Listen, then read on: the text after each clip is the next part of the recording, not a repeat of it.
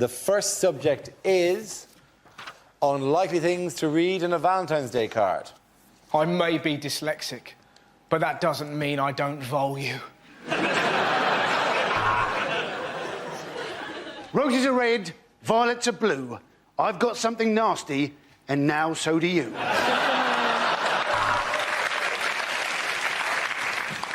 You make me so hot, I can't stop thinking about you. Lots of love, Mum. Happy Valentine's Day on this 24th of February. Love, Royal Mail. You're the perfect person for me. Pissed and gagging for it. Be my Valentine or die in a well. I love your eyes, I love your nose, I love your smell. Why must you be a Labrador?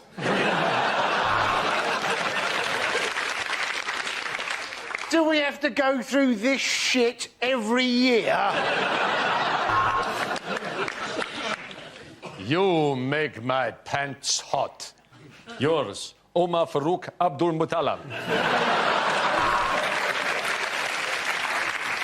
To my darling wife, roses are red, violets are blue. Valentine's Day is consumerist bullshit. Now, haven't you got some ironing to do?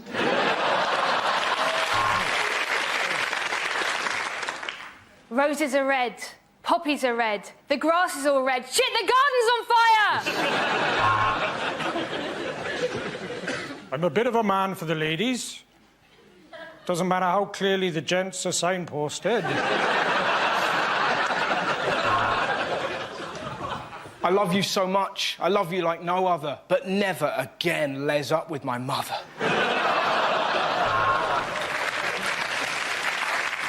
Life with me, baby, is like a roller coaster. It's got a weight restriction. There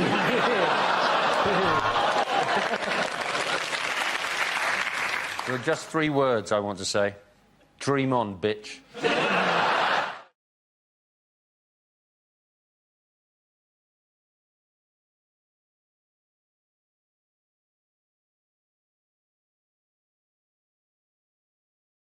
Hello, Canterbury, let's make some fucking noise!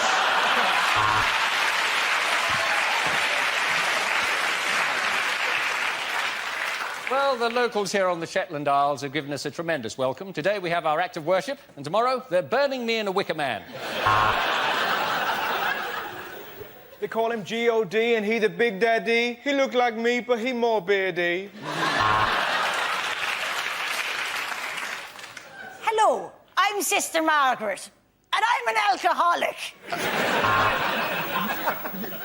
The parishioners will now go forward to receive communion, if they can get past Atlas and Predator. Christians in one corner, Muslims in the other. Let's get ready to rumble!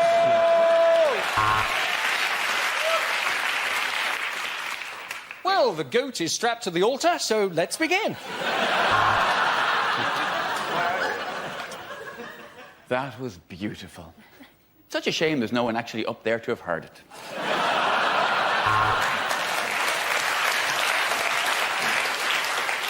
And we appear to have a streaker. No, one of the altar boys has escaped from the vestry. If you're enjoying this, why not turn over to BBC 3, where you can enjoy Songs of Praise uncut. Well, now, choir of the week. They're not the Von Trapp family, but they were the Trapp family. It's the Fritzels from Austria! The next reading is from St Paul's first letter to Jim Fixit. At the end of that round, the points go to Frankie, Hugh and Ed.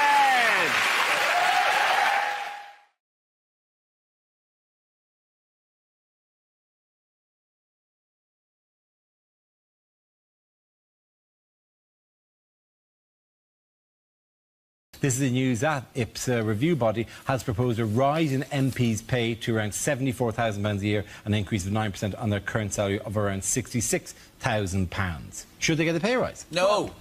Why? Well, because it's easy for me to score points with the audience by saying no. OK. Hey, £8 hardly enough to put a secret love child through private school. But it's not like football, is it? In football, you have to stop other countries nicking your best players. It's not like other governments are trying to nick our politicians, is it? Like Cameron's going to be out like, I've said no to Spain, they can't have Gove. Do you know what I mean? They're trying to buy him. I feel quite sorry for MPs because people all think that all MPs are money-grabbing bastards. But they're not all money-grabbing. Ed Miliband has said that he's going to stop any Labour MPs having a second job by the next election. But, of course, by then, a lot of them won't have a first job, will they? They get 15 quid a day food allowance for lunch. Yes, they do. And that's like free Subway sandwiches. That's free footlongs. That's 36-inch of sandwich. That is too much for anyone. You can wear it as a belt. George Osborne looks like he could take 36 inches. I don't think the voucher is exclusively for Subway. That's what I've been told. Yeah. So it's just like, this is only redeemable at the Parliament Subway. And the queue is really long. This is one Subway guy making the It's the travel stuff, right? They're being restricted on taxis. They're not going to be allowed to use taxis anymore. They're not going to be allowed to use taxis. Where are Tory MPs going to get their ideas if they're not allowed to take taxis? David Cameron is so basically like a taxi driver. I'm surprised he doesn't stand with his back to the dispatch box going, I'll tell you the country's problem. It's immigration. That's the problem with this country. They never have proper second jobs, do they? It's always like a posh sort of business role. It's never just like... Because I had a second... I used to work in a market and in a pub. Do you know what I mean? Like, my dad used to be a carpet fitter and on the dole. Do you know what I mean? They've always got posh...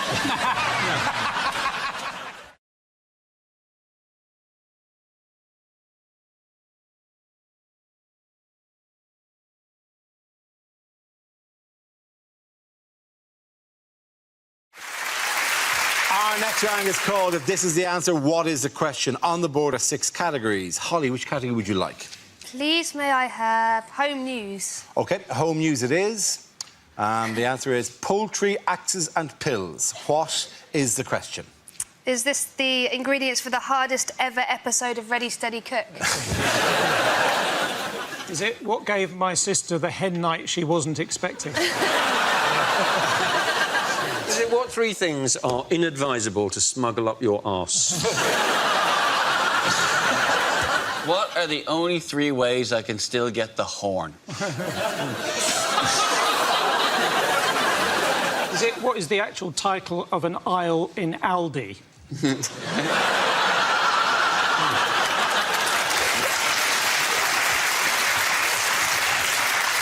Is it what accessories come with the Charlie Sheen action figure?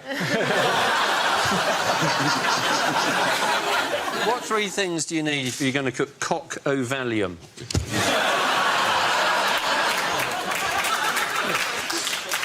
Is it a night out of Bill Cosby? Is it what respectively makes you a threat to vegans, trees and headaches? Triple threat. Is it what ingredients does Heston Blumenthal need to make a lemon meringue pie?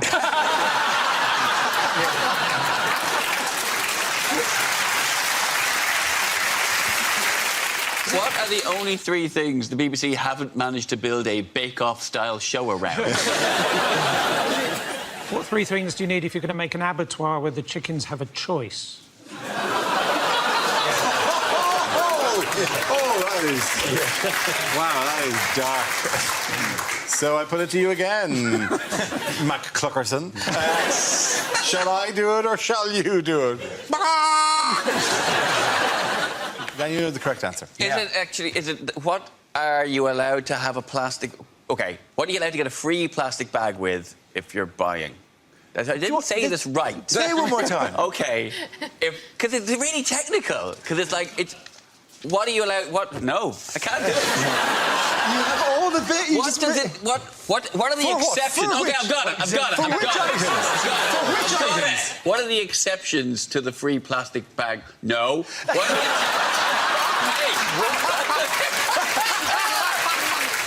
Yeah, I've got it! Okay. What 3 products would exempt you from the 5p charge on a plastic bag? That's absolutely right.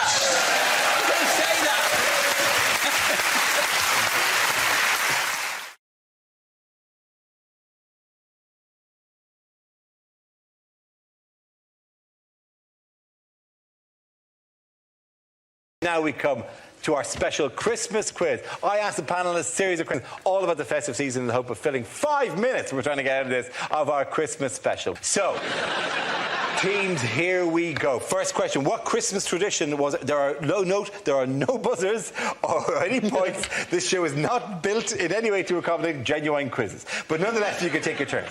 Which Christmas tradition was inaugurated by Sir Henry Cole in 1843? Is it the Christmas tree? It is not the Christmas tree. Arguing with your relatives? No, it's not that one either, I'm afraid. No. Is it holding mistletoe above your head and therefore being allowed to sexually harass other people? It is not that happy tradition, no. Is it waking your children early, saying to them, oh, it looks like the sleeping pills have worked, happy Easter? Is it going to church just once a year, and that's usually at midnight after the pubs have closed because you want one more glass of wine? Man, you really want to be desperate for your wine, wouldn't you? It's something to bring up at an AA meeting. I sat through God. That's how much I wanted another drink. Is it a Christmas stocking? That's not Christmas stocking. That's a Victorian tradition. Were you trying to mime something there for us? It was... The Christmas card. Yes! Well done, Ed Byrne. Points for him. Congratulations. There are no points. I know there are no points. You promised us there'd be no points. Name Santa's reindeer. I'll take attempts at this. Donner and Blitzen. Correct. Prancer and Vixen. That's 2 each. Dasher. Yes, 3-2. It's like they're doing a duet. Bonza. But not Rudolph. That's a lie. We've had... What have we had? I've lost. I'm actually lost. Donner and Blitzen. Donner and Blitzen. Some Dasher Comet. Bashful. Bashful and Sleepy. Doc and If one's called Comet, one's going to be called Curry's. Dasher, Dancer, Prancer, Comet, Vixen, Cupid. Cupid? No, we said Cupid. Ridiculous name for a reindeer. Cupid. They must have teased him, though, with a name like that. They must have teased him. He must have been the reindeer that they teased. Reindeer are notoriously shallow, in fairness. If the story about Rudolph is anything to go by, reindeer are ridiculously shallow. And they will make fun and they will slag you off until you get a job with Santa, and then they will all love you.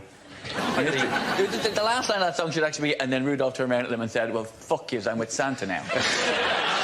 Merry Christmas, everyone. Why did you look at my ass for the entire... Why don't you fly the entire world while you look at my hole, right? It doesn't matter how fast we fly, that's all you're going to see. Ho, ho, ho. Yeah, all you're going to see is my hairy reindeer ass going all around the world. The nose is in the front, bitches. The nose is fighting fog, but you're looking at my ass, Cupid. That's all you get. Enjoy your reindeer game. Oh, can we move on? Oh, sorry, is that not festive enough for this ridiculously good time? Sorry, am I not striking the mood of the nation at this stage? Yeah, look at the bitches! Look at that ass! See you, baby! Shaking that ass! Shaking that ass! Yeah. Good night! Yeah. Ho, ho, ho.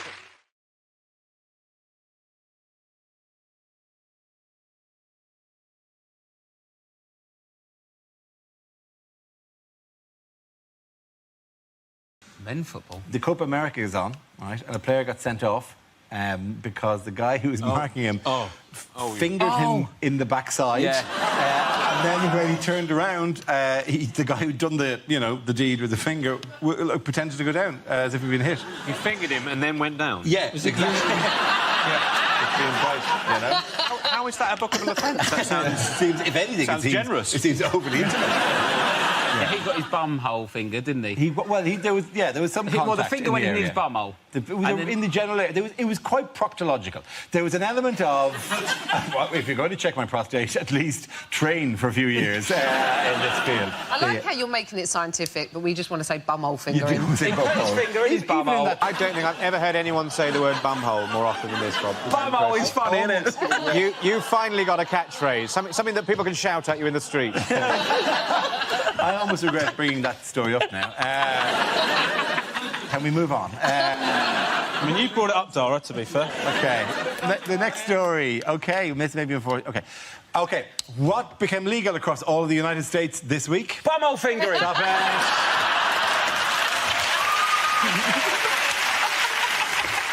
it. It's very difficult to lie and claim you're taller than you are when you're the only member of the team that's on a booster seat.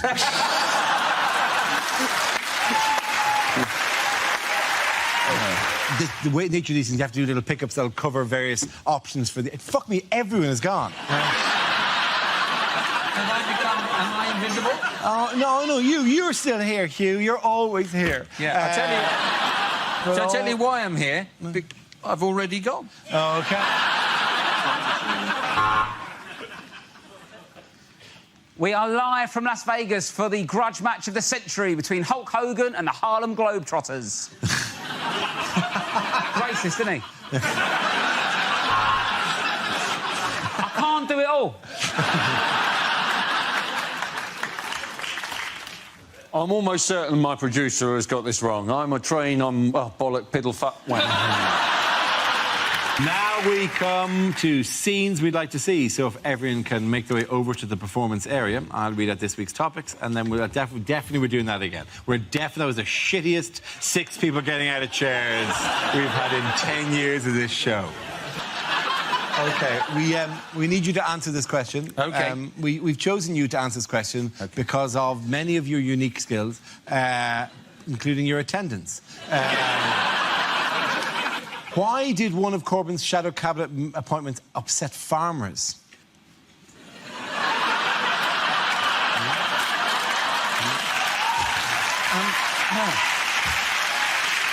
Unlikely lines from a blockbuster movie.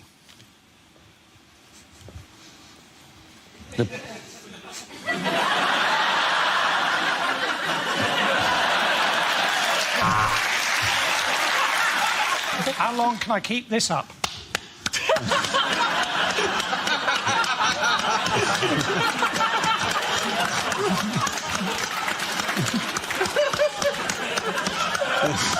You've got the buzzer. There's also an answer for this one, probably coming from Hugh again. Hugh, you're on fire today, I have to say. I compliment you on how well... I was on fire, but I've wet myself, so... At the end of that round, the point's going to end here at Nathan. And you and Milton. Nathan. Sorry, I apologise. I said I mumbled it. I said Nathan. You said Milton. You did not say Milton. There is literally no way. Me and Milton, we get confused all the time. All the time. Tom Daley there receiving surprisingly low marks. Pat balls. In other news, what essential task will British astronaut Major Tim Peake be responsible for aboard the International Space Station? He's going to unclog the shitter. He's not. That's a fucking problem. Yeah. Still just as funny now as it was early on. OK, so translate this, Stephen fucking Fry.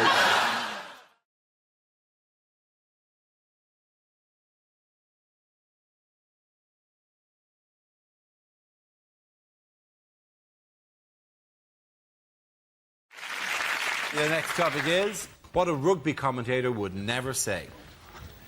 Oh, and he skipped through the defence, and that's lucky, because if these South Sea Islanders catch you, they eat you. It's time for the scrum, where the players can have a quick kiss and exchange phone numbers. And it's the coin toss, and Johnny Wilkinson has sprained his thumb. And that is a massive tackle. I wish mine was like that. Not everyone's been able to get tickets for this World Cup final, and we know a lot of you are watching at home. So hello to you, the England team. Oh, and it's bad news for New Zealand. Rugby doesn't matter.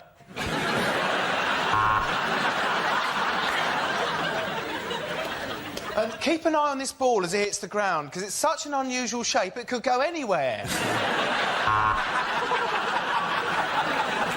Seal it, bang! Seal it, bang! Kia ora! Kia ora!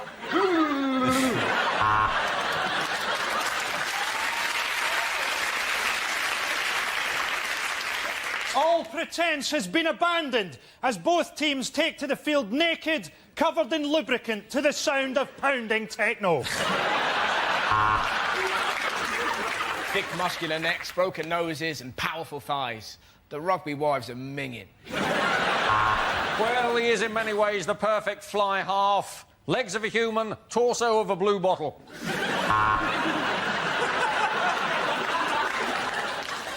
The South Africans there, passing to their one black player, Johnny Token.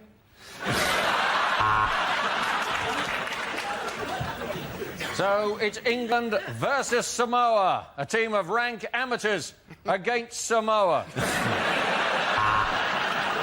it, ladies and gentlemen. The points go to Russell, Ben and Andy.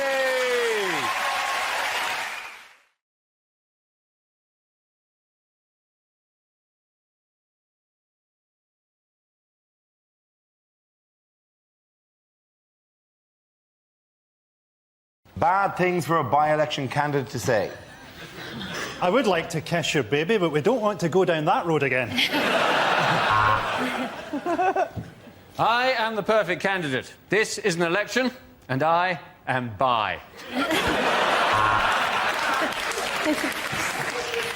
Vote for me, Doris McGarvey. I'd like to say no relation, but... I'm not going to lie to you. Power gives me wood. I've been knocking on doors in this constituency for weeks, and it's completely unconnected to the recent stranglings.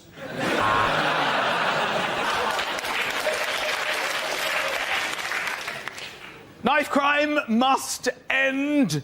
Just last week, I was given a steak knife when I clearly ordered the fish. If elected, living standards will go up. For me and my wife. I would say the fact that the Labour Party haven't put forward a candidate has not devalued this election at all.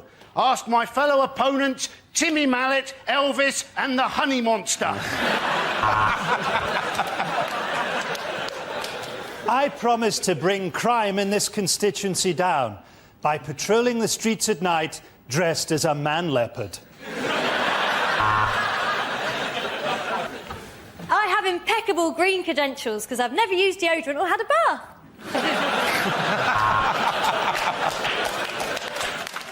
I know nothing about politics, but I can crush a right pair between my buttocks.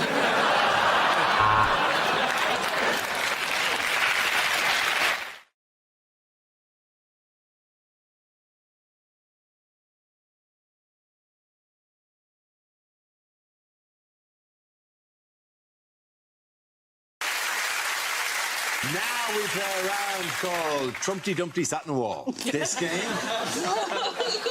involves Angela and Hal. So if you could make your way to the performance area, please. This round's a stand-up challenge. I launched a wheel of news, and wherever it chooses to stop, one of our performers must step forward and talk about that subject. OK, here we go. Let's spin the wheel. This first subject is growing old. Who wants to come in on that? Angela. No, I recently turned 40, and I want to reassure anyone younger, turning 40 is really easy. My friend turned 40 recently. She made a bucket list, right? She said to me, "You're going to make a bucket list." And I said, "Do you know what I hear when I hear bucket list? I hear admin." That's what I hear. They're always so ambitious, aren't they? It's like, "Oh, I want to go to the Taj Mahal. I want to swim with dolphins." The only thing I could think of that I genuinely would want to put on my bucket list is that one day, I'd like to put half a packet of biscuits back in a cupboard.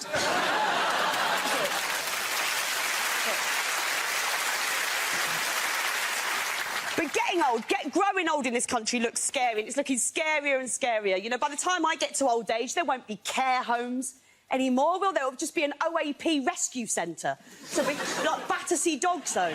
This idealistic young couple will come in, they'll get shown around. This is Maud, she likes knitting, gardening, casual racism. Why don't you take her home? That's what it'll be. So we have to worry about these things. We do, because we're all living longer, aren't we? There's so many 100-year-olds in this country now, the Queen's had to get a Moonpig account to keep up. This is my plan for old age. If I get there, right, if I get to my 80s, I am going to spend every single day doing Class A hardcore drugs. Why wouldn't you? Well, you don't have to get up in the morning, do you? Right? You'll never have trouble finding a vein. I'll tell you something, you might not be able to afford to heat your bungalow, but I bet you can afford to heat a teaspoon, then you won't give a shit how cold you are. No brainer, innit? Thank you very much, Angela. So that leaves us with Hal. Let's see what your topic is. Let's spin the wheel. Topic is nationality. Yes.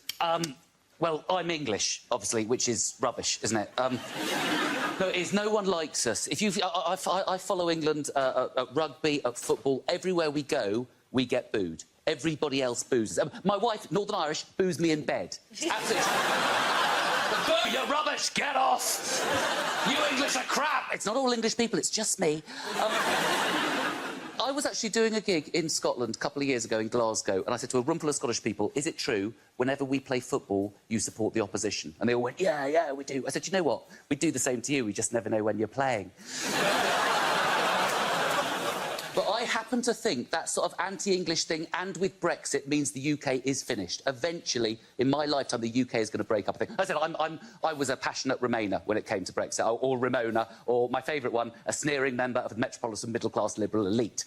I love being called that. I love being called elite. It makes me sound like we're like super troops, you know, that go around the area in a van, keeping it bourgeois. We all screech to a halt, we jump out, we take up our favourite yoga position immediately. That cafe's no longer serving decaf soya lattes! Destroy it! Say that word, quinoa. It's quinoa, you bastard! Thank you very much. Well done, Hal Crittenden. Thanks, Slide. Points to both of you. Come on back.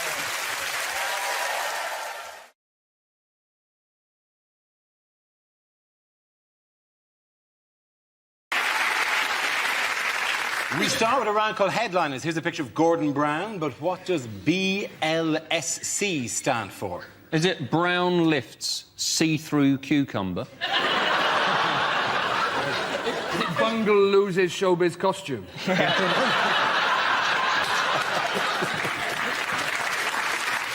Is it Bonnie Langford sex change? Yeah. To be honest, what a world it would be if that's the answer, wouldn't it? Yeah. More likely to vote for him if he was Bonnie Langford. Really? What an extra poster as well. Gordon Brown, because I used to be Bonnie Langford. If you don't vote for me, I'll scream and scream and scream. Has he just been asked to describe himself and he's gone, balls like swinging coconuts? Has he just been asked to describe himself and he's gone, bad leader, shocking Chancellor? Yeah. We're having it tonight. Is it Brown levitates scared child? The one that's just out of shot. Has it got nothing to do with Gordon Brown? Is it Berlusconi's lover, 17? We all know you spell with a K. Yeah. Also, I love the idea that maybe you've just done that and there's a horse at home watching going... Yeah. Sugar cubes? Sugar cubes? Yeah. Oh, yeah. Is he screaming, bring laxatives, situation's critical?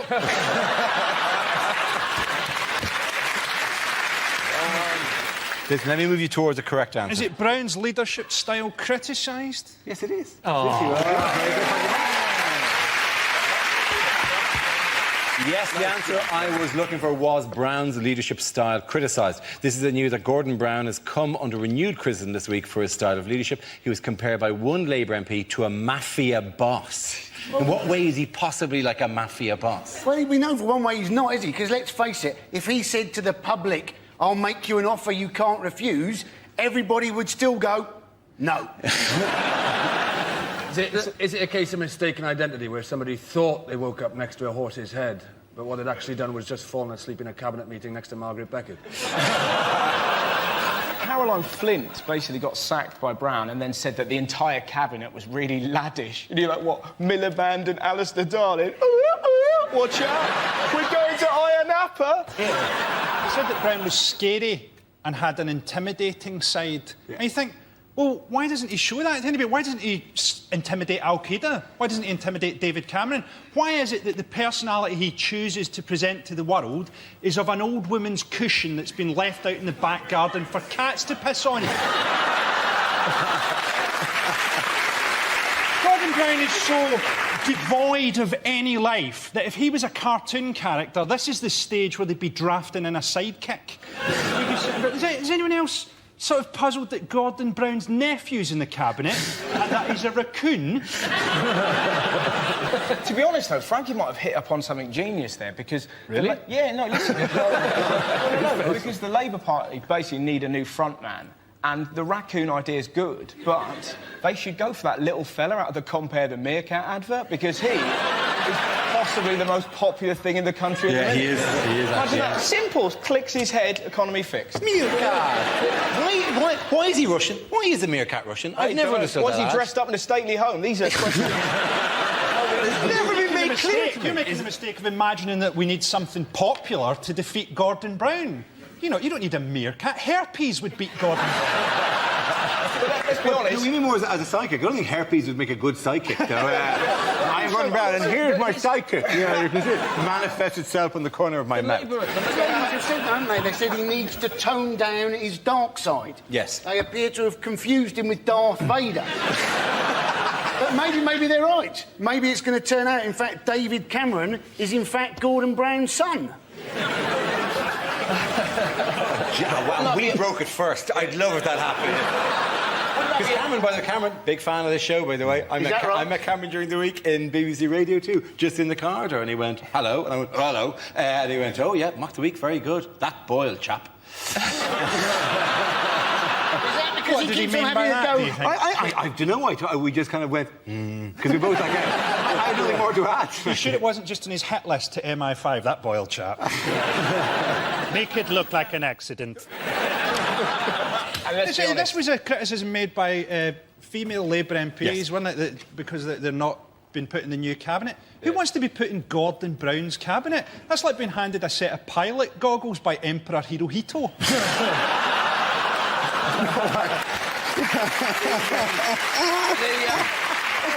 Hazel Blair's complaining that women MPs like them are being used as window dressing. Have you seen them? Where would they be window dressing? London Dungeon? But here's also the thing, man. One of the women was sitting there complaining that she couldn't get close to Gordon Brown. And I'm like, who the hell would want to get close to Gordon Brown?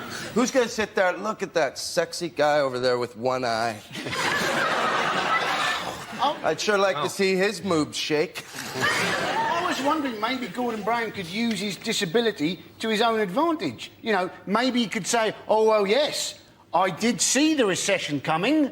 I just couldn't tell how far away it was. This game involves Andy, Rod, Tom and Russell. So if you could make your way to the performance area, please. This is where we test our performers' stand-up skills. We spin our news generator, it settles on a topic, and anyone can volunteer jokes about the chosen subject. The winners are the people I judge who produce the funniest stuff. OK, here we go. Let's spin the wheel. The first subject is credit crunch. Who wants to come in on that? Andy Parsons. Now, the government have got this idea that what they want to do is bankers who've lost their jobs, they want to retrain them as teachers, but in half the time it would normally take to train a teacher. I bet the teachers are happy about that, aren't they? Hey, these people were crap at banking. The chances are they're also going to be crap at teaching, and they'll be even crapper if they're trying to train them in half the time it would normally take. Yeah, these people, right, surely it'd be better to retrain them as bankers. That is what they were crap Well done, Andy Parsons. OK, let's spin the wheel again. The subject is eating out. Who wants to talk about that? Rod. I ate out the other day. That's when I went to Cardiff Bay. It's all changed, you know, they've done it all up and it's all European development money, and some of the places now have got tables outside. It's al fresco dining in Wales. Just taking the piss. I think I tried to have a Twixt on a bus stop a few years ago down there. It was too wet to eat. So everyone's pretending it's Madrid down there. You know, your soup bowl's filling up faster than you can eat it. I didn't get past my starters after 7 hours of soup and rainwater. I gave up. Everyone's pretending it's Madrid, don't they? Your soup bowl's filling up. There's waiters with frosted eyebrows fighting their way to the tables, going, spaghetti carbonara, spaghetti carbonara. I'll get another one, I'll get another one. Rugby. That leaves us with Tom and Russell. Let's spin the wheel. The next subject is extreme sports. Who wants to come in on that? No, Tom. Why not? I went skydiving. I don't know if anybody here has ever gone skydiving, but if you haven't gone, I'll tell you what they do. They give you a couple lessons, then they bring you up into the plane, and you're not allowed to jump out of the plane on your own because it's too scary. So what they do is they hang you off the wing of the plane, which isn't scary at all. And the guy inside, he yells, "Let go!" 3 times. Then he gets mad. Starts kicking your hands. 'Cause I'm not letting go.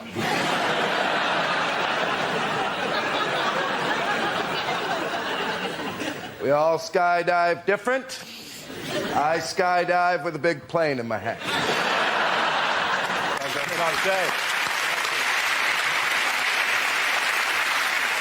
OK, Russell, let's see what you've been left with. Let's spin the wheel.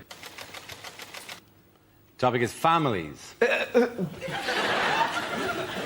Well, families are quite peculiar. Mine are wonderful. I went to Brighton the other day, and my uncle was like, "Watch out, it's full of gays, and they'll get you. They'll get me. They're gays, they're not ninjas. Not gonna..." I'm so glad that I was raised by lunatics. I remember one of the weirdest stories I had happen to me when I was little. I was 8 years old. I was in Lanzarote. I just put some rubbish in a bin. I came around a corner and I was confronted by 2 werewolves, right? Turned out it wasn't werewolves, it was my mum and dad. Ah, ha, ha, isn't it hilarious? Not really, I've shat myself, right? But I've only recently found out they did not buy the wolf masks in Lanzarote. They bought them in England, which is beautiful and chilling at the same time. Look what I've got, David. Couple of wolf masks. You know, they're like wolves, don't you? Captain Shitterbrick next door. Well, let's put them on now, scare him. Can I hold you just there, David? Can I wait until we're in a foreign country, get him really out of his comfort zone, and then properly shit him out? Families. Well done, Russell. Point it in and go to Rod and Tom. Our next round is called If This Is the Answer, What Is the Question? On the board are 6 categories. Rod, which category would you like? The media, please. Right, the media, OK. The answer is 1 million. What is the question? How many Asian children are Brad and Angelina planning to adopt? Is it, how many times could I punch Adrian Chiles in the face without making him uglier? Is it in a poll of 1 million people? How many people hate Cristiano Ronaldo? Is it... Yes, clearly neither he nor his mother were in the poll then. No. Is it how many men will take their kids to watch Harry Potter this week simply to see how Hermione's getting along?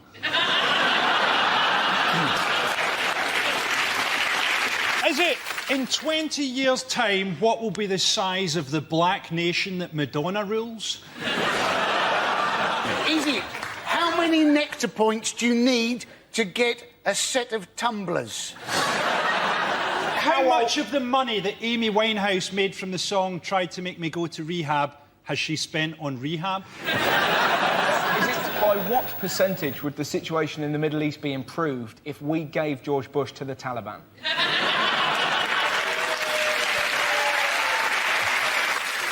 Is it what number would you get if you took everybody in Scotland who gave a shit about the Ashes and added 1 million? Is it the number? It's something to do with the phone tapping thing. It is something to do with the phone tapping, yeah. Is it the number of conversations of John Prescott's they had to listen to before they got one without the words party bucket in it? Oh, I know what it is. It's the amount of celebrities that were on a list that they were going to... Not 1 million. It's the number they How paid long a list? How long a list would that be? Hey, it's the amount the News of the World had to... That's paid out so far to people who have accused them of tapping their phone. Absolutely well done, Rod Gilbert. Yeah. Absolutely spot on. Very good. We come to our final quickfire round called Scenes We'd Like to See. This is for everyone, so if you can make your way over to the performance area, please. I caught ideas for scenarios we'd love to see, and the performers come in with their suggestions. OK, here we go. The first subject is unlikely things to hear on a survival show. I was first taught to eat in the bush by a French girl I went out with at university. to get the fish, break the ice, jump the checkout, and run! Not only is this lake good for fish, but we can also put a body in it. Using excrement, mud and twigs, they've made primitive bedding here at the Premier Travel Lodge.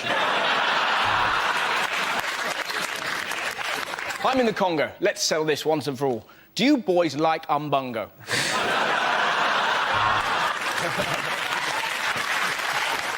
Here I am in the jungle. The mighty jungle. I win my way, I win my way, I win...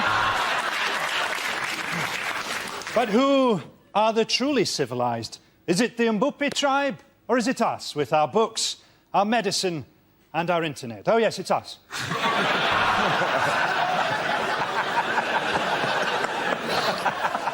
Of course, food is a scarce and valuable resource to these tribespeople. So I've just bagged myself 2 nights with this fella's wife for a Twix.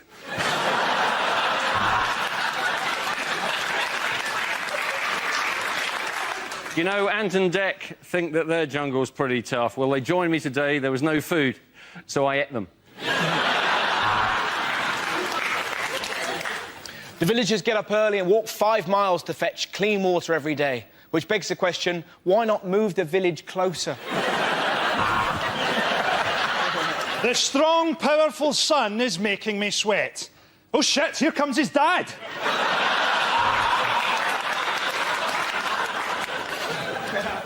I've been living in these woods for 3 weeks now, but that's what happens if you're married to the Home Secretary and she catches you watching porn. I'm Bear Grylls, and this is my brother, Wolf Stir Fry.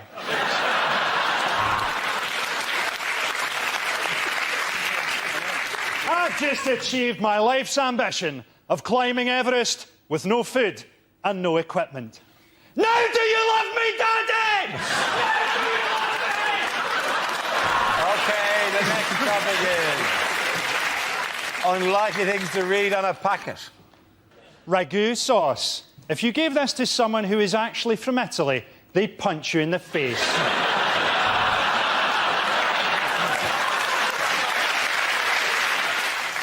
To open, push down tab, break tab, swear repeatedly, stab with a pair of scissors! Serves 4, you greedy bastard. Now put some of that back.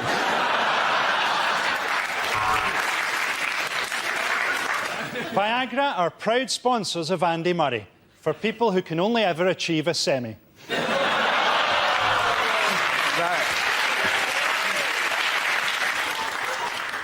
Bag may also be used for autoerotic asphyxiation. Fair trade coffee. If you don't like it, you're racist.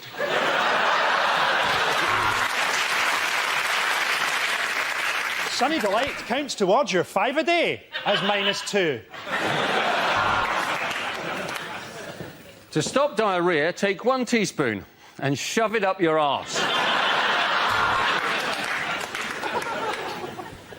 Adults and children over 12 years. Try not to get those two mixed up. Cup of soup. Just add soup. Best before date, Rohypnol. Serving suggestion. On a plate, you thick moron.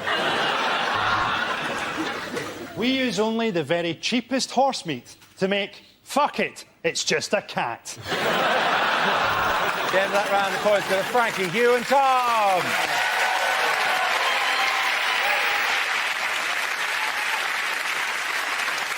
That is the end of the show. This week's winners are Frankie Boyle, Hugh Dennis and Tom Stade.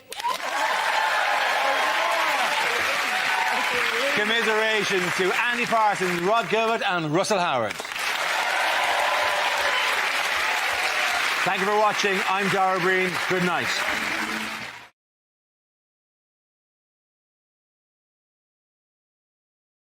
We start with a round called If This Is the Answer, What Is the Question? On the board are 6 categories. Holly, which category would you like?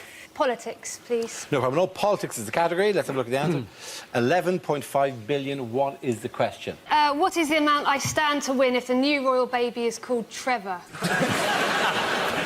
Is it how many laxatives is Nigella Lawson going to put in her husband's next cake? Is it how many words are there in an iTunes terms and conditions update? Is it how much of Eric Pickle's department agreed to cut from their biscuit budget? Is it how many times does Berlusconi have to be found guilty before he actually goes to jail?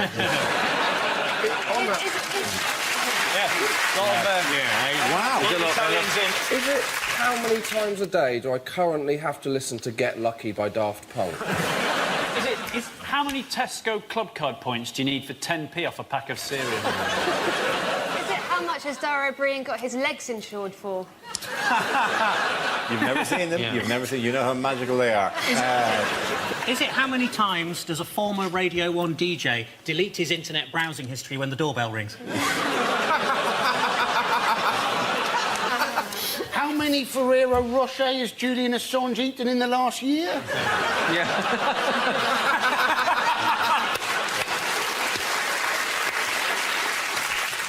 Is it quite simply think of a number?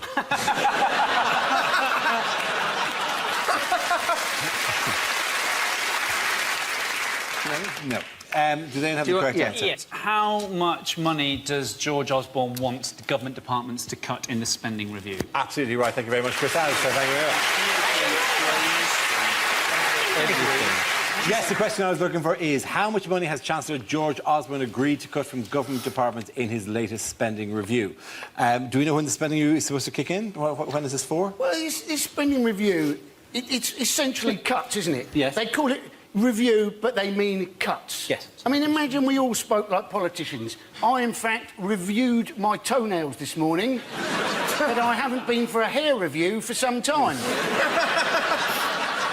The departments are all fighting about it, aren't they? Yes, they are. They're fighting, and some departments have done worse than others. The MOD have got off quite lightly, but that's quite understandable. It's very difficult to negotiate with the MOD because they've got guns. I dare they just walk in and just put them on the table. Yeah. Or spin them. That'd be particularly impressive. They said, "Oh, I'm quite happy to negotiate this." Yeah. You know what? Pick a number. Other departments got off really lightly. I mean, nothing happened yet again to the Ministry of Sound, and.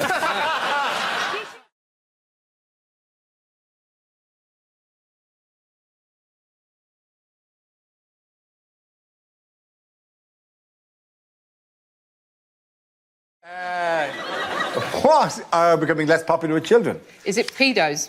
Yeah.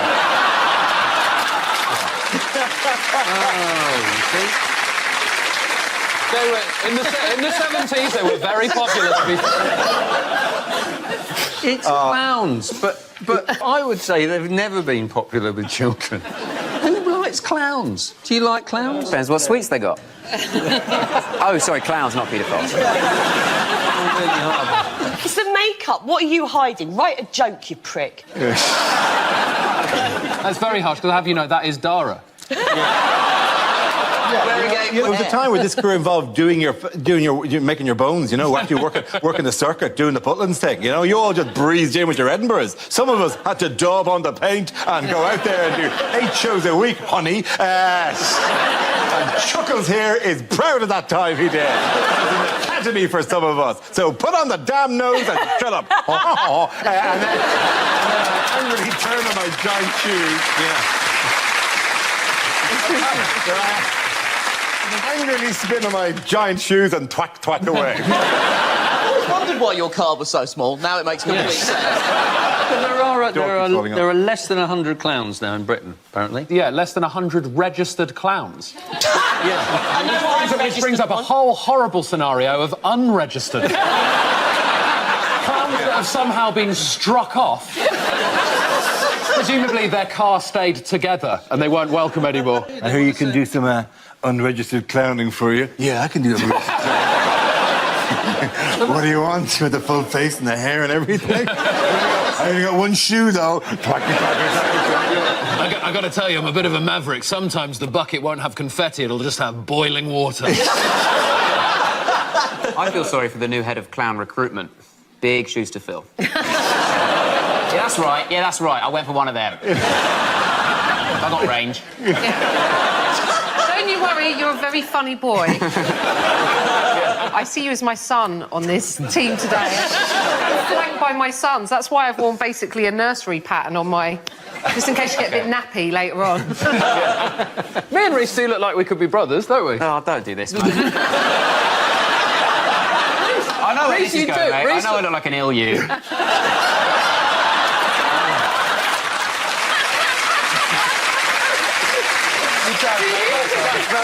That is very harsh on yourself. You look like me if I died in a coal mine when I was 12. Whatever, Ed, mate. Oh, I used to be fat, now I'm thin. I've been thin forever. Shut up. Yeah, but yours is clearly for medical. Yeah, whatever. Doesn't matter. I think you look a bit like Russian doll, you. I've never been inside Ed. Not ruling it out?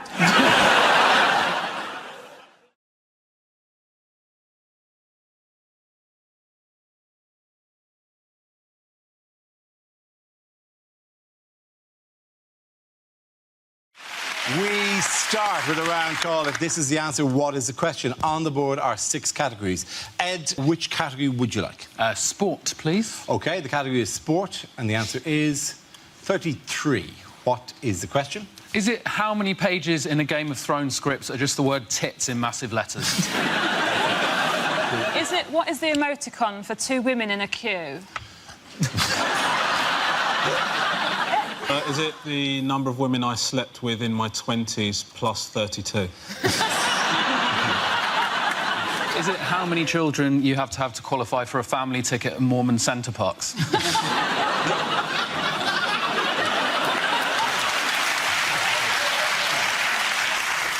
Is it at what age did I finally accept that I would never play the Milky Bar Kid? You really want to do that? The dream diet. I've got 3 years to go. Finally accepted. Okay. How many cans of Fosters can you drink and still be below under the limit? How can... Oh,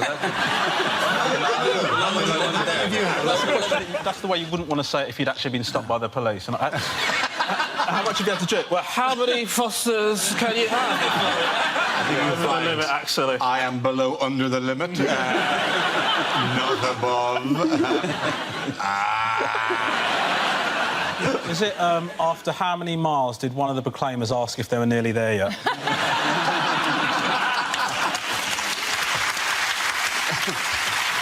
Surely they go, why are we both going? You're the only one who's going to shag her. Why am I joining you on this 500-mile journey? You promised me she had a friend. Is that right? Is it... if a minicab says that it's 5 minutes away, how minutes... Oh! Don't talk bad about Uber.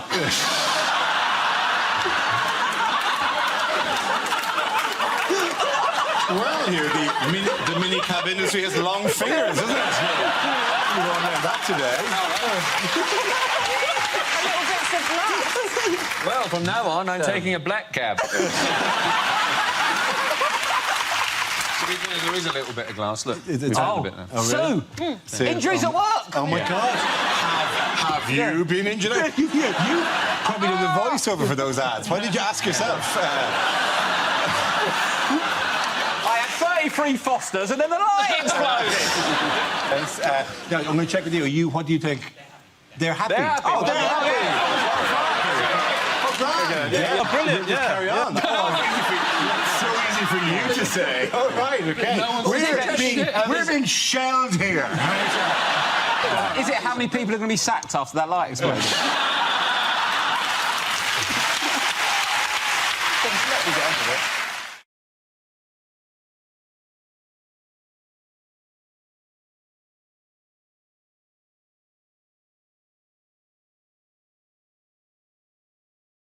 We start with a round call. If this is the answer, what is the question? On the board are 6 categories. Zoe, which category would you like? Politics, please. OK, your category is politics. The answer is 50%. What is the question? What is the name of 50 Cent's mathematician brother? Is it what does Heather Mills save on IMAC? What is the most you'll have to pay for a sofa at DFS? What is a bad answer to the phrase, how much do you love me? Is it the percentage of Ant and Dec that is forehead? Is it you're a 19-year-old Glaswegian male, how much of your life is left? Is it if I entered an orgy covered in Marmite, what would be my success rate? But to be honest, I always find that when people say, oh, I'm a Marmite kind of person, people either love me or hate me. They're always people that everybody hates. Is it how much of Silvio Berlusconi is made of oil? Is it what percentage of the population, rather than a TV debate, would like to see Cameron and Brown have a cage fight? I would love to see that. So would I. Yeah. Who would win that? I would imagine Brown. Yeah, Brown He's got moves. He's also got that dislocatable jaw. Yeah, he can actually swallow your whole. He could swallow you. He can actually take your jaw down. Imagine that. Wouldn't that be incredible? If Cameron ran towards him. Cameron's legs flapping. Is it what was the proportion of cats that died during the making of my ill-fated television pilot, Cat versus Bleach? It would be 100%, surely. Do we have an answer that we can do? I think it's what percentage of the top jobs in the Labour Party does Harriet Harman think should be filled by women? You're absolutely right. Very good. Well done, Hugh. Thank you very much. Yes, the question I was looking for was, according to Harriet Harman, what proportion of the top 2 posts in the Labour Party should be allocated to Harriet Harman? Or more generally, women. This is the news. The Deputy Leader of the Labour Party, Harriet Harman, said that either her post or the job of leader should always be occupied by a woman because, in her words, men cannot be left to run things on their own. Her actual words. Listen to that applause. Did you hear that? Bingo wings in the corner. I mean, you know, there is something about representation of women at the high levels of government, but that actual quote does make it seem like every time she left the room, it would turn into a chimp tea party. And she'd come back in, they go, oh, sorry. It's true, though, isn't it, that women are underrepresented in the top echelons of politics, aren't they? In Italy, for example, there are lots of women in the top jobs. You could be... Berlusconi will put you in the cabinet in Italy at the age of 19. If you're good enough. So you can see where this is coming from. Harriet Harman's an incredible figure, isn't she? You know that Harriet Harman, when she first came to my attention, she wrote a book about the history of feminism, which she dedicated to her husband. She's mistaking sexism with people hating her. She's always saying stupid things, isn't she? She said she is Radio 2 to Gordon Brown's Radio 4. And you're thinking, well, she's not Radio 2. Radio 2 is the most popular radio station in this country. If she's anything, she's Isle of Wight FM on a Sunday morning at 3 o'clock in January when the transmission mast is broken. Some we're watching there is the guy who does the 3 o'clock in the morning slot. Why am I the shorthand for crap? Wouldn't it be great if he looks exactly like Harriet Harman as well? I know their female politicians always have an element of freakishness, don't they? She's a bit of a freak. Hazel Blears looks like Gianfranco Zola humped an Oompa Loompa. And Margaret Beckett looks like a face trapped in a haunted mirror.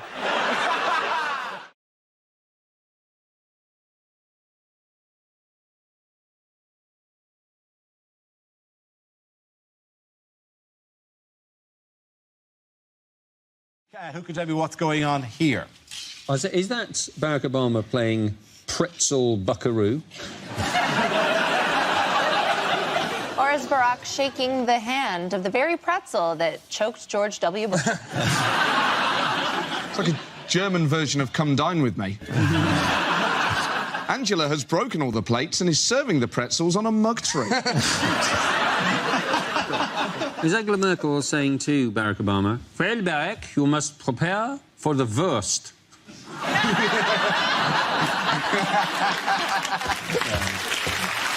Thank you very much. Lovely. Welcome to 1970s comedy.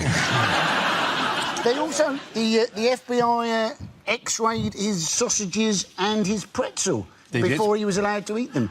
Presumably, obviously, because a wayward pretzel led to the demise, you know, almost of George Bush, and a wayward sausage almost led to the demise of Bill Clinton. Almost. Everyone looks happy, apart from Angela Merkel's husband, who looks like he's attempting to move the pretzels with his mind. Because he liked the fact the guy didn't just have a brush on his hat, but he jazzed it up with 4 badges as well. It's quite enough. That's amazing. When you wear a hat like that, you don't expect there to be 5 other people at the table wearing that hat. Turn up and go, you got to be joking. I made this myself out of stuff I found in the garden. You can't possibly... Oh. The danger of drinking at 11 in the morning at the G7 is that by the time you get to the final communique, it reads, I love you. This is the best G7 I've ever been to. Dear Putin, miss you. Do you reckon they had to do that thing because, like, the others hadn't turned up? Obama had to text David Cameron and said, I'd get on it on the train, mate. Because we are going to be hammered by the time you get here. I'd get a couple of those small gin and tonics if I was you, because Angela is almost sideways already. Hang on, is this the G7 where 5 of the others have yet to arrive? Yeah, but Obama's just kind of sitting with Mr. and Mrs. Merkel going, where are you? We said 11 o'clock. Am I the man with the squirrel hat? What are you? I'm on my own? What are you doing? Don't leave me here on my own? He's having a nice time. No breakfast is ever made better by Stephen Harper or David Cameron showing up to it. It's not like he's waiting to start the party when Cameron gets there. Oi, oi! From the other side, they all turn, and Cameron's like, what is... Here it comes! Strutting down, knocking pretzels out of people's hands. She's fucking hat. I bet Cameron's got 7 nickname T-shirts in the back of his bag. Misdemeanor. Captain Austerity's here. The Merchster, put it on, put it on, put it on. You put it on, you put it on the He's like that, he does bring the party. So who was noticeably absent from the G7? Vladimir Putin. Yeah, and he would bring the party. Check emails again. Maybe in junk folder there is invitation. What's the saddest picture I've ever seen? I think out of shot he's looking at one of those brush hats that he bought for the event. That's why they had beers. That's why they had beers early, so they could go, oh, mate, you missed the best one ever.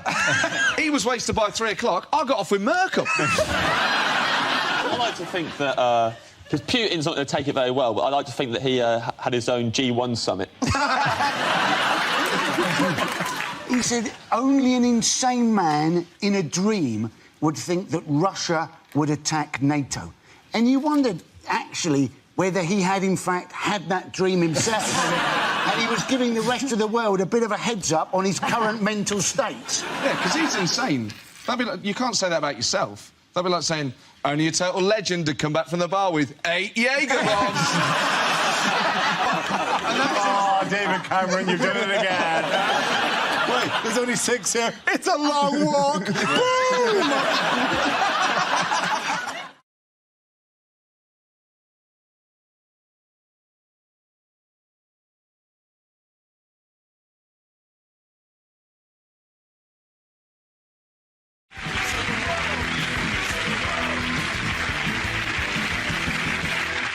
I've got a present for you that hasn't been wrapped.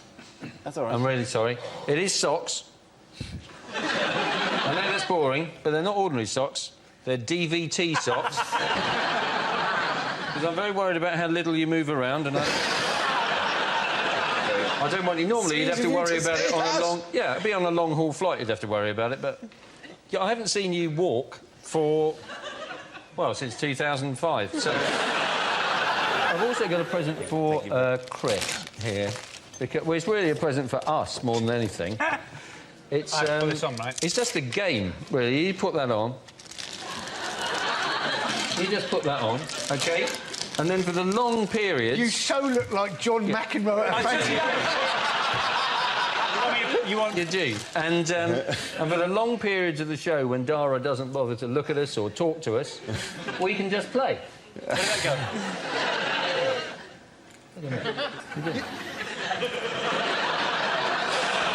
This looks like Christmas ever. It looks like a Dire Straits video gone wrong. You go. Honestly, I don't see what the problem is. Gosh, this is just like my school days, only now I'm wearing a hat. No.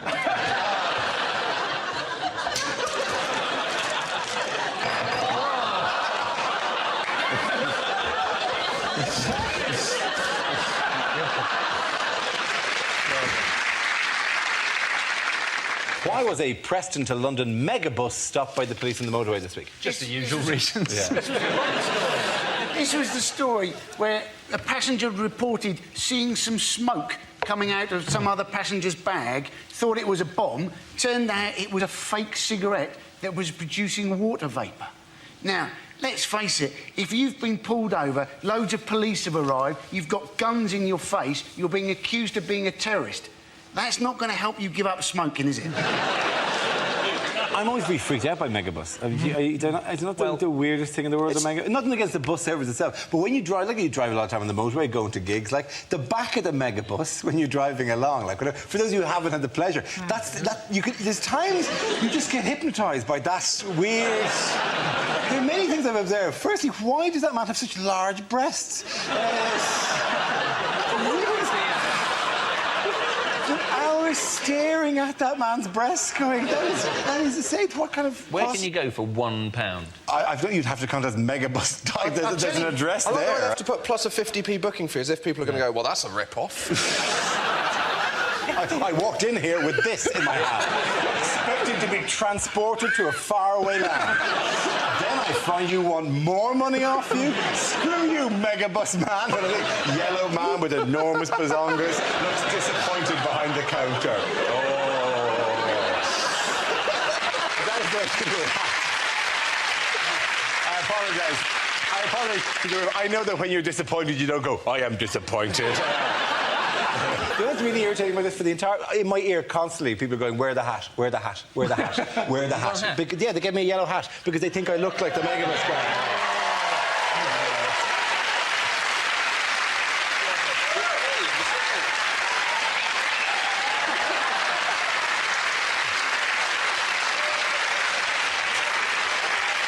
That means that man looks like a penis sausage.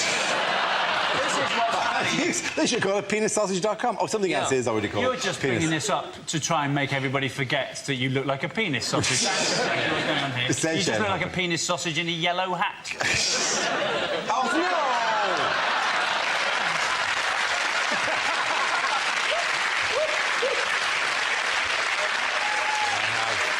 I have lost ownership of the joke now. I've got you a present, though. It's not, in fact, for you. It's, in fact, for your 16th-month-old son. And I got him a little outfit. I hope you like it. It's, in fact...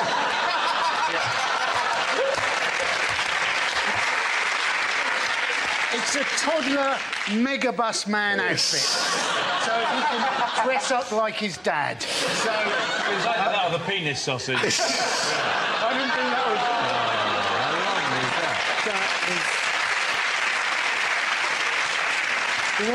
What creepy, weird kids' shop did you go to get this tiny little... I'm a minstrel from the 19... The amount of work parent ambition. That. I can't believe you throw it back in my face. I'm not throwing it, I'm keeping it. I think it's fantastic. Thank you very, very much, and that's really touching. I look forward to never seeing any child of mine. Because they're not getting any of the Megabus empire. No. That is mine. From £1 only. The Megabus empire. I tell you what, you and Hugh have got a gay act going strong now. Look at that. He's the captain, I'm the Megabus. He's the captain, I'm the Megabus. Who rides on whom? Difficult to know. He's the captain of the Megabus. Wait, this is not my child's hat. The Christmas quiz! See? People now come especially for the Christmas quiz to look at our fabulous decorations. Like that page. He's got this shit. page, which I think is actually sort of sweet. And then for no particular reason, a squirrel with tinsel on him, which is not in any way And effective. Donald Trump's hair at the back. And then this, a genuine, you can purchase this, which is a glistening owl with antlers on. You know, this costs like £4.50 or something in a shop. Is this your audition for QVC? Anyway, so that's, you know, hey. OK, here's the Christmas quiz, right? In which there'll be quizzes and questions. What makes the traditional British Christmas dinner unique? Turkey, sprouts. No. What is it about it that actually... Racism. No, not unique, it's an achievement. Not racism.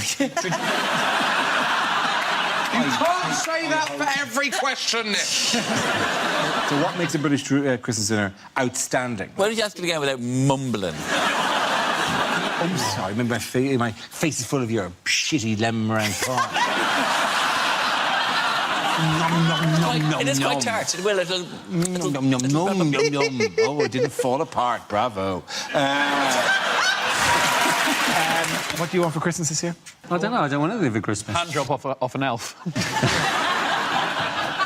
Guess what the number one gift apparently for kids this year? Nerf guns. The Nerf gun is 64 quid. You could go to America and buy a gun for less than that. Actually, it's like it's a ludicrously scary thing, the Nerf gun. This is the current... Hey, don't point that there. Hey, point that over somewhere else. I promise I'll do really, really careful. I wouldn't dream of doing that to you. Of all the people here, you were the last person that I would fire the... Boom! Hang on. Oh, yeah, there's three things you can do, right? You can do this big one here. Right. Listen, Nerf is how I did this to my eyes. So I'm just saying. I'm just warning you. OK, cool. I'll get him instead. Right, OK, Grant. Are we OK to sacrifice you for this? And then you can do these. I guess so. I bet you could catch one in your teeth. There's an instruction manual that says, do not aim at people's faces. Yeah. Please remember that I am a special man with special powers, and do not try this at home.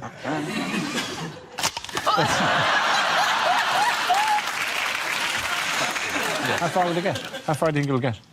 I don't know, but if he hits any of you, sue the shit out of you. All the money they're saving on Bake Off now can go to you. Can you get to the back? I mean, because this is... I feel it can be unnecessarily powerful, this time. Yeah. OK, so let's decide the back. I certainly feel that. Yeah. Whoa! Oh, nah. Good catch. Well done. Respect. That is, I'm estimating 7 gardens away. So you asked, what do you want for Christmas? So you could then shoot us. What unusual present might people be giving this Christmas? Oh. Dead seagull?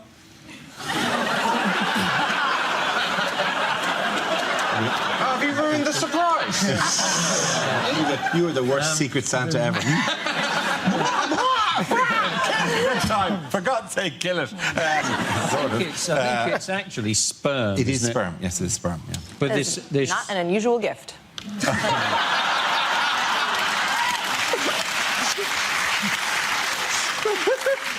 Horrific return policy.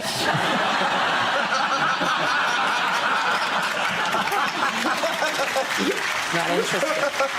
You said 14 days. You've lowered the tone, I ruined it. But why is this? Sorry, but because there's a British sperm bank. Yes, which there is only since it's been set up. I don't know how long it's been set up. It's a while. It's like a year or a year and a half. Something. Yeah. It's only had 9 donors.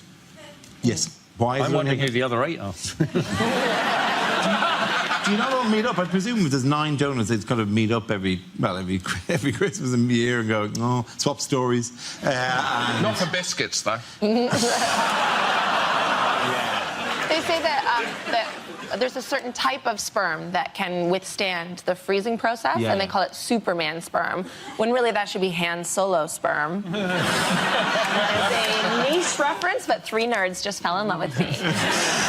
You get paid 35 quid, and they were saying, well, they could up their money to get more donors, but they don't want people just doing it for the money.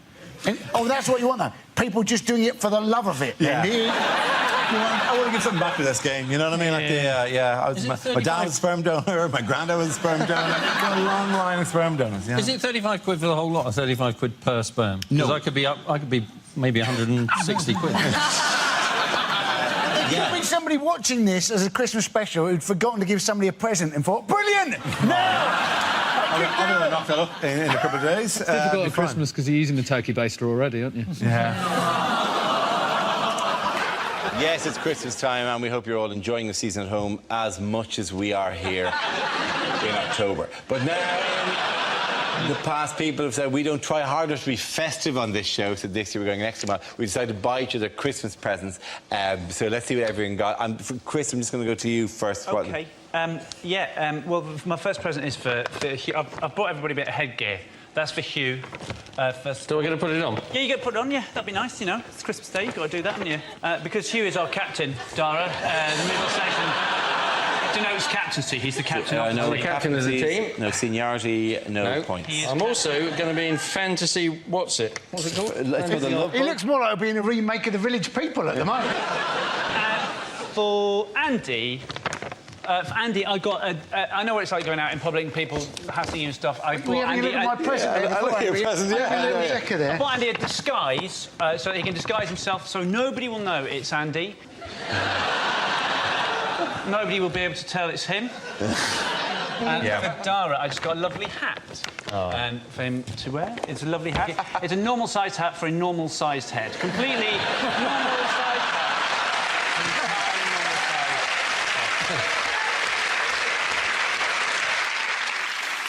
What toy might kids be finding under the Christmas tree this Christmas? Well, I don't want to give it away in case my kids are watching. Yeah, that would be really bad, wouldn't it? Yeah. This is the current toy. Let me see if I get that lined up so we get it exactly right. This is Freddy. Freddy is a programmable bear that you can get at Christmas. And just like a real bear. It's programmable. Yeah. Everyone likes a good hug. Do they know? Give me a hug. No, that's a bit needy. I love bear hugs. Isn't that the creepiest, weirdest, laughs with a different voice to the voice it talks with? Brought to you by the people who brought you the Blair Witch Project. It's a bit distant, I feel. It's a bit like, I'm not so fully committed, but you can program it with phrases, which apparently they've programmed for them. It's so very nice to see you again, Dara. It's so very nice to see you. That's like something Vincent Price would say.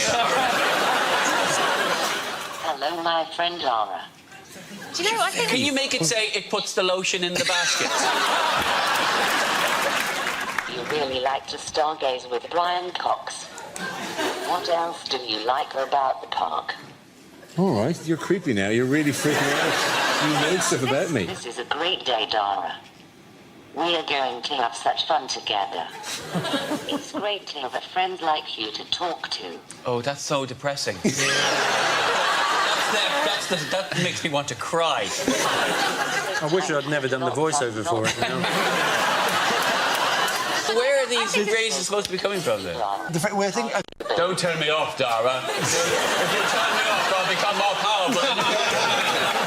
Hang on, you can do one of the settings you're changing. Hang on, let's try it. This would be an incredible burglar alarm. I mean, imagine breaking into someone's house and then that's sitting at the top of the stairs saying, hello. Why are you in my house? I died in 1834. Dara, can you use its hair to see what you would look like with a wispy blonde beard? You mean like that? What is better for me? Yeah, it's nice, isn't it? I know you like to eat too. What?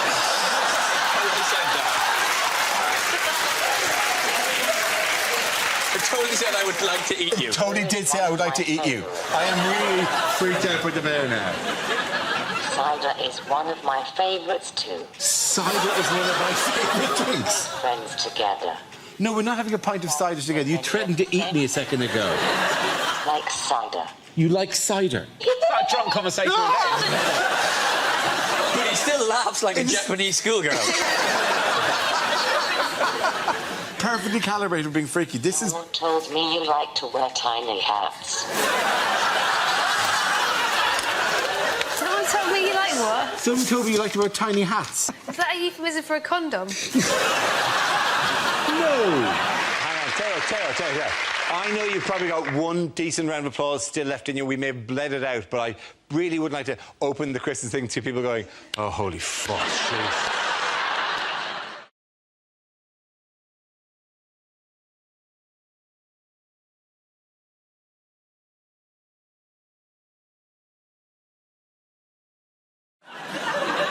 I bumped into Rob at Glastonbury. He was so excited about being there. You should have seen his little face. So, I agreed to do Glastonbury because it said you're on at 12:50. What I didn't read was AM. I was expecting a nice little midday gig, and I was there for 12 hours before I was on. And if you do a poo there, you have to... The toilets, basically the toilets is scaffold over wheelie bins, and there's a hole over each wheelie bin. You have to take a cup of mud with you. There's bags of mud, and then you do a poo, and you have to pour your mud over your poo. I felt like a cat. Are you telling me that your cat can hold a cup?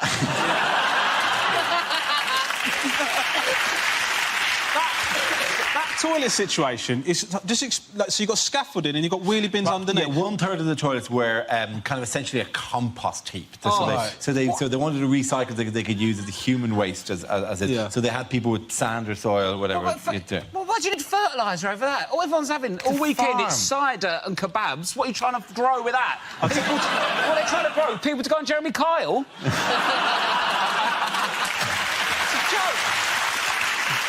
My mum had a house in Sri Lanka, and she had one of those toilets that just goes straight... The poops go straight into the ground, and that she had mango trees behind the toilet. The mangoes were absolutely enormous. I've never seen... They were much bigger behind the toilet than they were anywhere else in that whole bit. But my mum didn't allow us to eat them because she said they're poor mangoes. Like, no, we weren't... My God, if you package them up in Waitrose, middle-class people these are poo mangoes. They're the only mangoes I get. Oh, no! I ordered from Ocado. They've substituted my poo mangoes for shitty beans. That's not fair. Every time I have a mango, I think of your mum having a poo. Poo mango. It's your fault. Hold on a second, mate.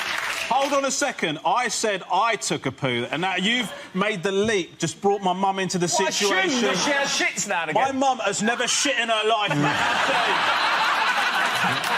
How dare you talk like that about my mother? My mum's ruined mangoes, my dad's ruined baths. Between us, we're killing this country.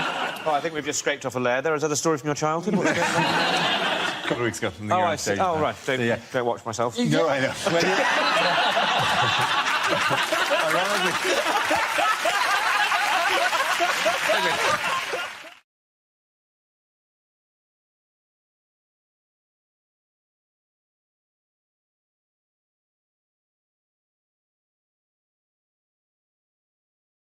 Let's spin the wheel for our first topic.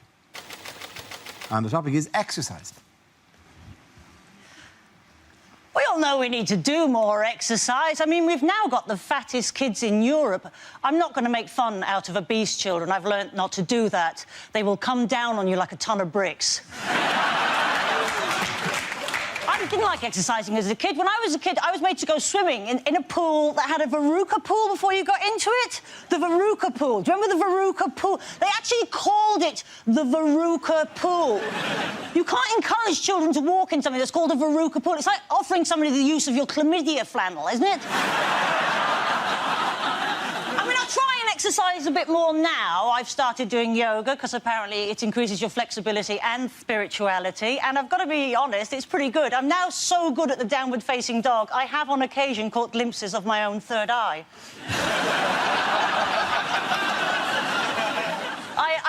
I did a half marathon though a few months ago, which was pretty good. You know, don't be overly impressed, which you're clearly not. But I only finished yesterday, so there's clearly a lot of work to be done.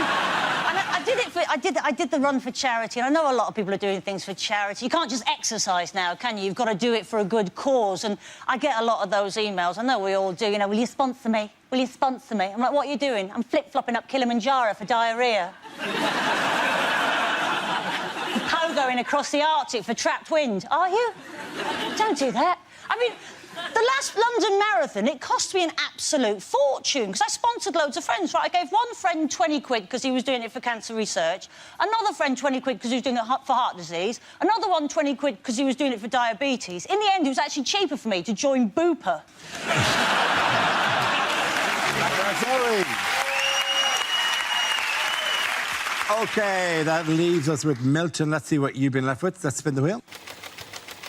And the subject is work.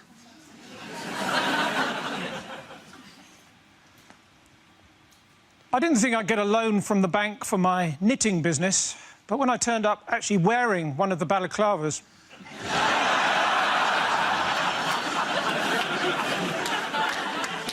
I used to be a weatherman. In fact, does anyone want to buy a broken barometer? No pressure.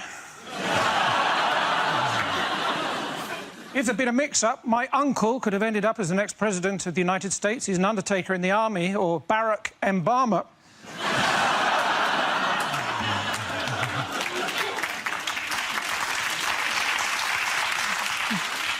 Soldiers, of course, very emotionally repressed. Sometimes you see one of them go into the middle of a parade ground and shout, "Attention!" What he needs is a hug. Well, that's what I thought. My dad, he was a soldier, so, of course, as a family, we were always moving around a lot, because he used to use us for target practice. 6 hours I had to wait in the other day for the electrician until he opened the cupboard under the stairs and I was able to leap out at him. I remember when I was a policeman, I was asked to seal off an area and I went... That's all right, thank you. Well done. Points there for Mr. Jones. Come on back.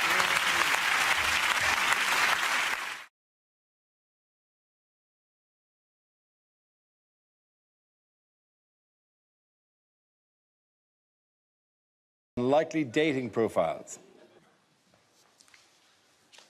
Do you want a man who's comfortable to say the word love? Call me. I'm a Wimbledon umpire.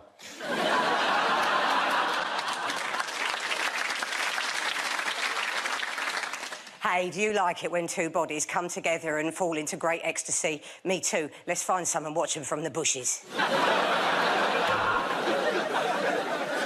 Once you go Asian, you'll never go Caucasian.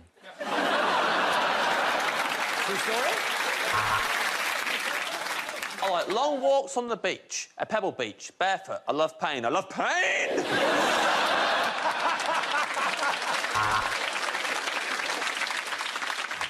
Vegan woman in her 30s seeks vegan man for fun, companionship and joyless dinners out.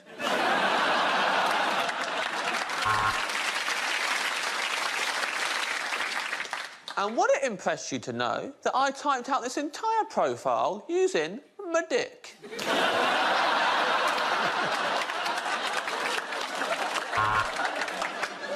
Lady, aged 50, never married, loves books, gardening, knitting and long walks. Seeks a gentleman who's very kind and likes similar things. Must be hung like a Hoover. Sensible man with Bingley Building Society gold account at 1.85%. Seeks woman with similar interest.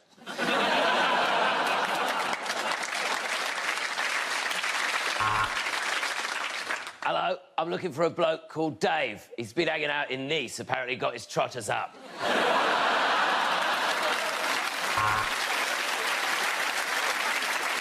Man in his 40s, owner of Foldy-Uppy Bike. Looking for any woman who's interested in me demonstrating my Foldy-Uppy bike. Look, it folds up.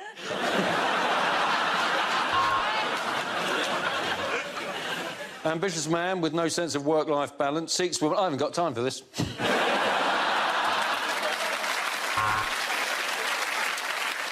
You could say I'm a bit old-fashioned in that I'm a phenomenal bigot.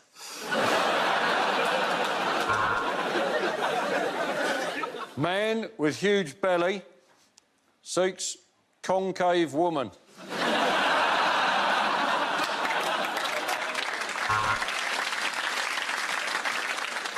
Female, early early 60s, high achiever, snappy dressing leader of the Conservative Party, very horny, has the potential to fuck the whole country.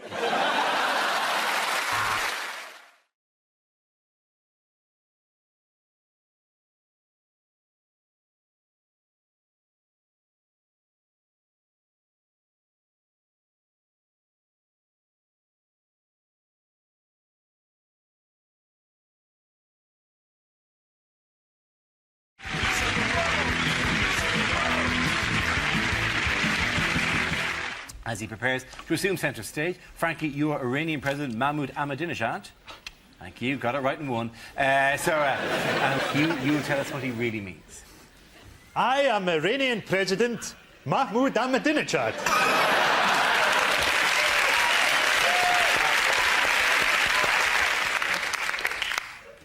But you can call me Ted. We are developing nuclear power, but our aim is peaceful. We are developing nuclear power, but our aim is Jerusalem. We're developing nuclear power which could benefit the West. Have you considered changing your electricity supply? Iran has been accused of sponsoring terrorism. We do. 50p a mile. The American president is the son of a swine. I hope that one day his body is identified by the teeth marks on my penis.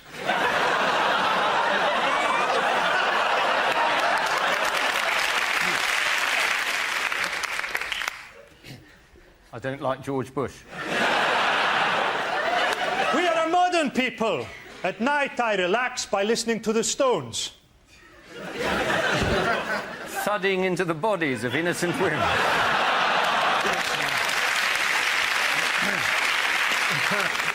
I am opposed to nuclear weapons and would like to see reducing numbers. 5, 4, 3, 2, 1. Very good, well done. Oh, put him down, Camilla. I'm sorry she's insatiable. Anyway, I meant to give you this. I don't know why. I don't care. Oh, look at this. This is lovely. This is like a lovely Christmas present. Goodness, my voice is even lower than normal. I wonder if they have any strepsils.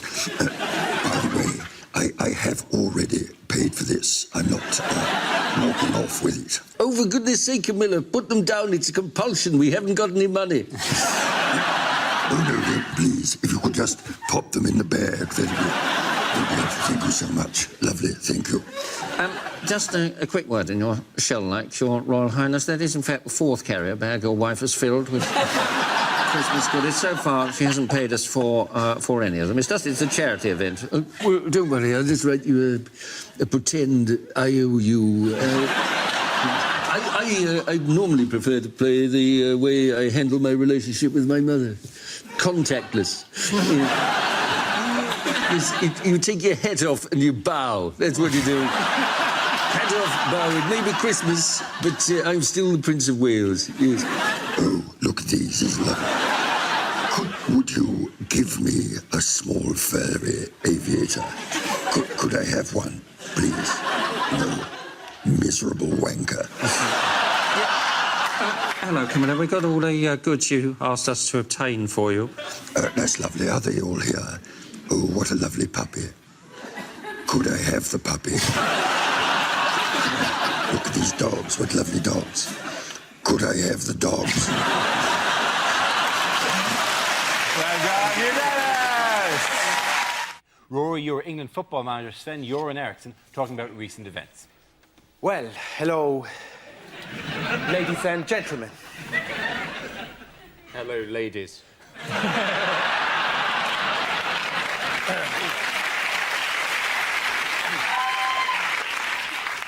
I've just had a meeting with the chief executive of the FA. Well, he said he was from the FA.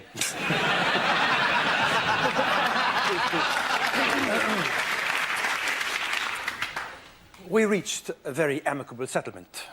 I'm rich! When I took on this job, I knew exactly how much it involved.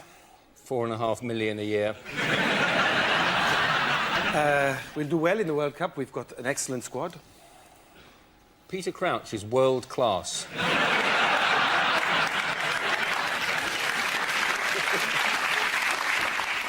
I would like to reassure you that my mind is very much on the job.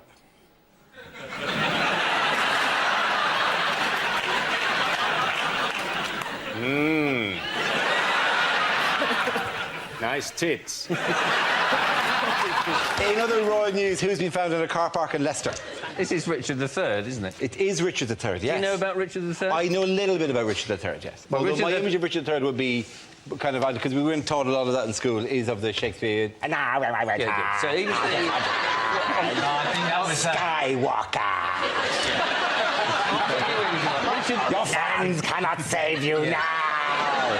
Oh, the Death Star will be quite operational once your friends arrive. You get a different version. You get a different version to us.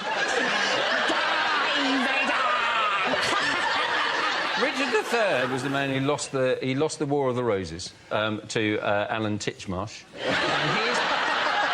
And he died at the Battle of Bosworth, and his remains have been found under a car park in Leicester, which is great, but they don't know what to do with him because he's lost his ticket and he's got £6,000 in back payments. He's got to pay another 50 because he's buried across 2 spaces. I'm amazed that anyone's shocked about finding him. The state of car parks these days, you can't walk 10 feet without putting your feet in a Richard III. It's not a big deal either, is it? They found him in... It's not a big deal. They found Richard... It's not a big deal. They find Prince Harry in a skip most weeks. It's an amazing addition to Leicester's Hall of Fame. They've got Engelbert Humperdinck, Shawaddy Waddy, Rusty Lee, and now Richard III. It's the worst variety show of all. All emceed by Gary Lineker. Please tell me that he comes on at the end. I'm suspicious it is Richard III, but firstly because, you know, they didn't have car parks in the olden days, and also because they found the bones in a small cardboard box labelled Southern Fried Chicken. Well, I think that's the reason chickens do have a curvature of the spine. Yes, they do. Wings. It is, yes. And people were a lot smaller then, so... They were, you're right. They weren't the size of a chicken. That's so I have found Richard III. Just a chicken carcass. Yeah, look. We didn't have to dig. One of the cars pulled out and it was just here. It was just sitting there. They think he killed the Prince in the Tower. They're not quite sure, but they think it was with a candlestick or the lead piping. That's one thing. And they think that now he was probably quite a good king, in fact. Don't they? He also said a horse, a kingdom for a horse. I think he should be saying, the Force! My for the Force! Skywalker! That is the greatest thing of everything in the world. Like the Death Star will be quite operational. There's a pit beating monkey. This. Yeah. I have given... like a Chinese Death Star. This Death Star a lot cheaper than the other Death Star. But it's not faster. What the hell is this? You cross my palm with a lightsaber. I tell you fortune. You deliver to Endor. Endor, follow me. You have to correct. I put down the force field so you can get in, innit?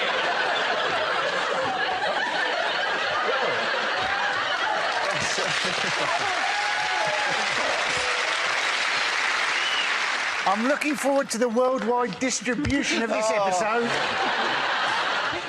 He's just so sort of unbearably sort of patronising and out of touch, isn't he? Yes. Well, who hasn't dropped some cocaine tablets and listened to the Arctic Kaiser Chiefs? I mean, it's that thing, you know, where everything is a photo opportunity for him. Yeah. And none of it's actually that impressive. So it's not that impressive to ride huskies or cycle a bike. Seeing as it's just a photo opportunity anyway, I'd like to see Cameron kick a lion's head off. I would vote for that. If he came on in his party political broadcast and kicked a lion's head off and then turned to the camera and went, could Tony Blair kick a lion's head off? This is, we have a picture of the front row of the Tory conference. I mean, this is like Weblog Central. Look at these people here. This is the actual people who are. If you're making a speech to people of that age, you could probably do the same speech at least 4 times. Because you figure at least 2 of them are going to be dead the next year. One of them's going to forget, and the other one's probably not going to hear it in the first place. They must have been quite confused. It must have been, when's Daniel O'Donnell going to sing? There was a lovely kind of... I have to say, I hated it when there's comedians in the audience, particularly when they're in the royal box, because my wife loves the tennis, absolutely, and she's glued to Wimbledon every year, and every time it cuts to the royal box, it'll be like Michael McIntyre or Stephen Fry is in there. I can just feel my wife's eyes on me, like, if you were just a bit funnier. Unlikely lines from a blockbuster movie. I cannot hold her, Captain! I cannot hold her! Oh, no, hang on, I'll put her in the cup holder until she cools down. Say hello to my little friend. This is Warwick Davis.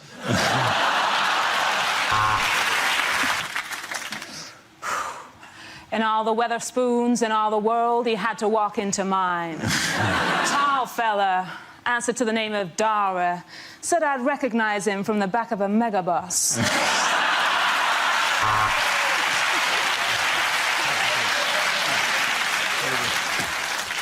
This is the furthest outreaches of the universe. Alpha Centauri. How did they get to host the World Cup?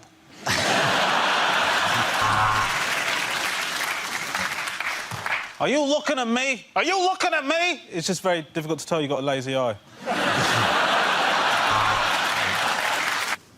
Well, lovely to see you, David. Oink, oink. Lovely to see you too, Angler. Particularly because when the car pulled up, I thought you were Nicola Sturgeon. Terrible woman. Anyway, loving the jacket. Have you come as one of the minions? I'm wearing yellow because it's the colour of Nick Clegg and I know how much you miss him. Also, it's the colour of mustard you might have on pork. Oh, what, that silly thing? Oh, that's a plinth, small enough to hold the names of every refugee we haven't let in from Syria. Anyway, over to you, Angler. Thank you very much, David. There are many things. Germans would like to teach Britain how to make a decent car, how to falsify emissions records. Oh, God, I can't help daydreaming. I wonder how Porky is now. But this time, mostly I want to talk about the European referendum. You plan to renegotiate, then hold an in-out referendum. This is wrong. It should be in-out, then shake it all about. Well, thank you, Angler. That's certainly the approach I took in Oxford all those years ago. OK, here we go. The first subject tonight is commercials that never made it to air. I'm Tonya the Tiger. Siegfried and Roy taste great. For effective ethnic cleansing, use Milosevic. Wimbledon's so posh, though, because even the ball boys have the balls posh. When they pick the balls up, they just go... What's that? Why can't I just throw it back to him? He gets the ball, they go... What's that about?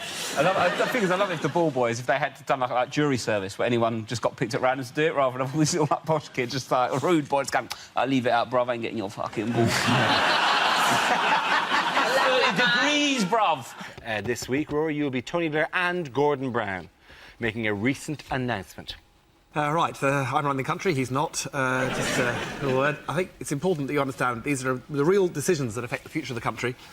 Should I have curry or an Indian? Or no, maybe Italian. Italian, that would be nice. Or no, maybe Chinese. Right, and I think, these are the important things, the things we all come together and decide, they're going to determine exactly what's going to happen in the future.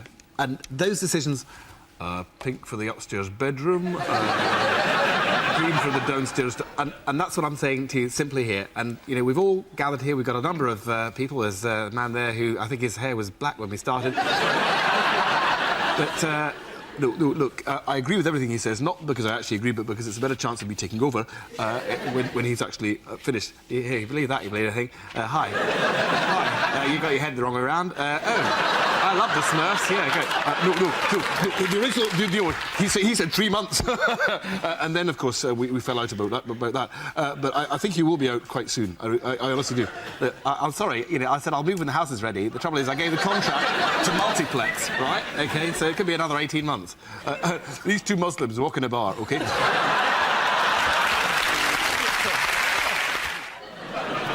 Hello. I'm looking for a woman with massive tits. So that she won't be intimidated by mine.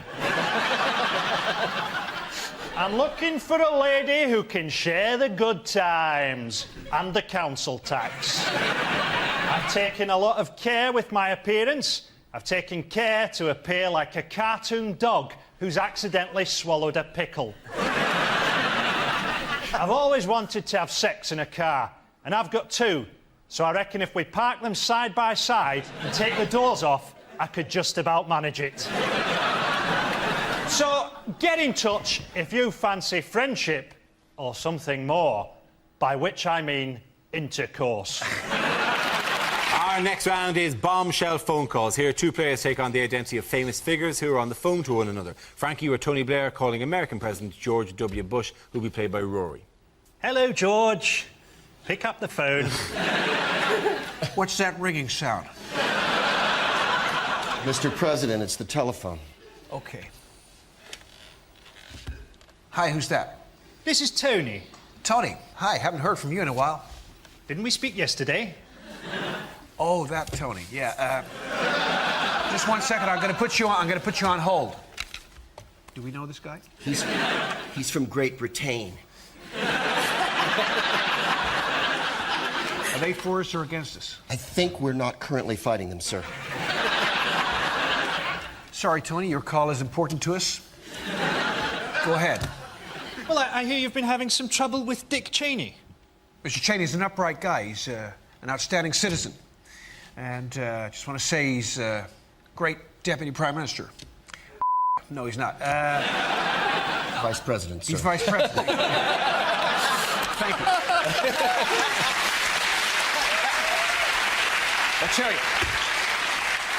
I'll tell you, every world leader could do with a dick as their deputy. Well, I've certainly got one. They tell me you're going to stand down soon. So tell me about Gordon. Can we trust him? I'm sure we can. Arrange a meeting with Gordon and the I can't speak either. Arrange a meeting with Gordon and the Lizard Masters. I'm sorry, did you say Lizard Masters?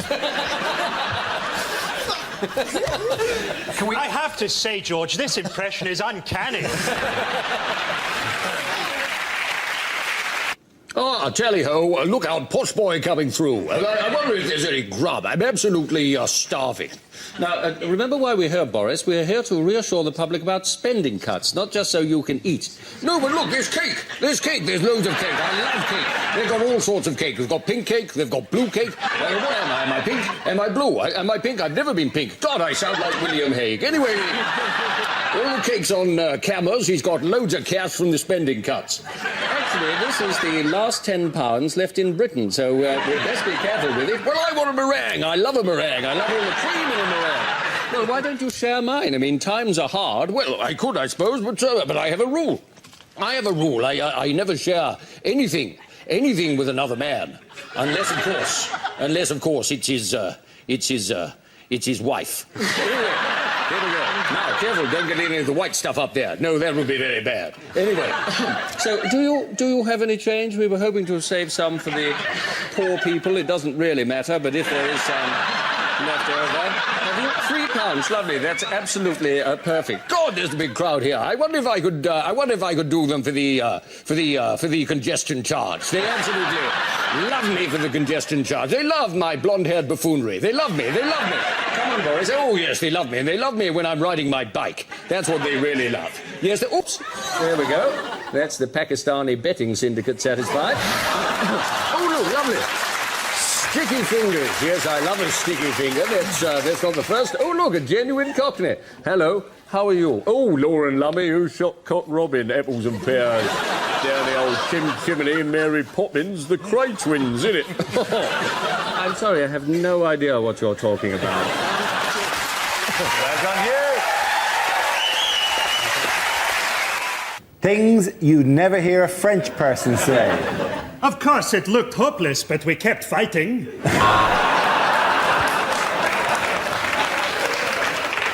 I'd like a bottle of Burgundy and a Dairy Lee Dunker, please.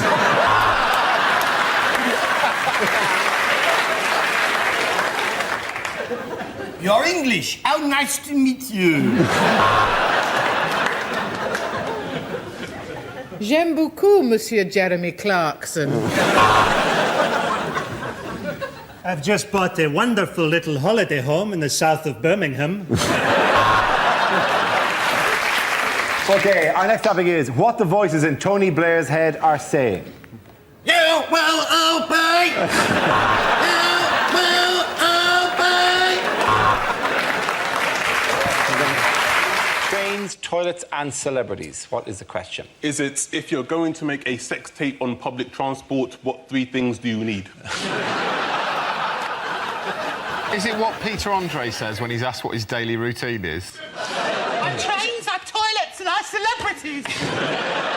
Is it high-pitched but not Australian anymore? Our trains, our toilets, our celebrities. I went to a voice coach to get rid of my Australian accent, and I can't help thinking she's done something wrong. I've been over in this country for a while, so I sometimes slip into both fucking accents.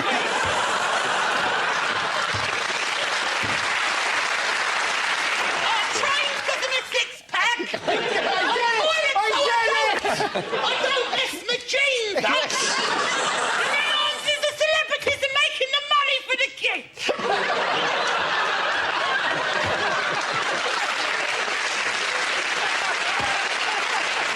Right, yes. Now, I am from the south. Have you noticed? I have been north, up the M1, and I don't know what happens to the word the. It seems to disappear at about junction 25 on the M1, and the word the just goes, that's it from me, I'm getting off. You go on ahead. Are you coming with? No, I'm not interested up there. And then you get there and they don't have, they say, up to fridge, or you're going up to, what are you doing? My first experience of this was when I went to the cinema in Leeds. I saw The Lion, the Witch and the Wardrobe. I had more fun asking the woman what it is I'd booked to see than watching the entire movie itself. So what is it I'm seeing here today? Took one, took witch and took one. What's he talking about? You're hearing this? Are you taking toothpaste? Yes, of course. I thought it might be a nice idea maybe to go to HMV and get a DVD of The Lion, the Witch and the Wardrobe, maybe The Good, the Bad and the Ugly, and perhaps an album by The, and just line them up on the counter. What is it I've decided to purchase here? Took one, took witch and took wardrobe. Took good, took bad and took ugly. And took. Thank you. Well done, Michael. When I went on Dragon's Den, how much did I want for a 2% share in my body hoover business? James, talk numbers. How many? What's your turnover? Well, Deborah. I haven't really got the numbers in my head. That's what they say, isn't it? Right, I'm out. That usually gets... Is it what is the count in Sesame Street up to now? We think he's just somewhere in a bar, just still counting. Just tiny Transylvanian puppet in a bar. 1.5. We start tonight with a round called Picture of the Week. I show the panel a topical image and ask them to tell me what's happening. So, what's going on here? Is Putin saying, damn, did I put the cyanide in the tea or in the sherry? Is Cameron, in fact, trying to upset Putin by trying to drink his sherry in the most gay way possible?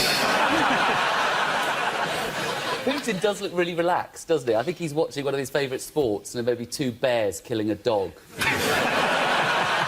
What, Bear Dog? I love Bear Dog. I watch it on Russian television all the time. Cameron presumably is just saying, 2 more series and I invade Syria. Is that David Cameron tries to lighten the mood at the G20 by playing a tiny trumpet? Are you sure it's not actually a picture of Mr. Burns and Smithers? I think they're discussing election strategy. I think Putin's explaining how he's already won his next 4 elections. Presumably they're playing the Obama speech drinking game. Every time Obama says red line, they have to have a drink. Maybe neither of them are speaking. That's true. Yeah. Just taking apart the entire conceit of this bill. Can I just say at this point that I can't do an impression of David Cameron? I don't think anybody can. And in fact, I think I was only asked on this program tonight because Dara actually was a president in a week that Dara was not feeling very well. So they said, so we need a cover in case Dara doesn't make it to the show and the recording. So if you can come in and do that, would be great. Andy Parsons.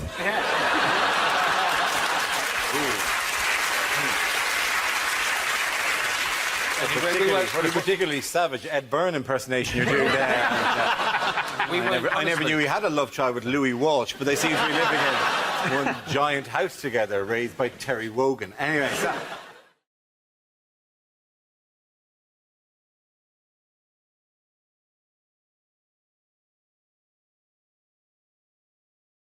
what weird modern-day inventions have been in the news this week? There's a bracelet they've invented that shocks you if you don't go to the gym when you said you were going to go to the gym. Yes, it's called it's a wristband, with a Pavlov wristband, and it gives you a motivational zap if you haven't. It tells you GPS-wise. It senses that you're in the gym or wherever you said you were going to be, or at the meeting you're supposed to be at, and it gives you an electric shock if you've not. I don't think motivational and zap go together, really, do they?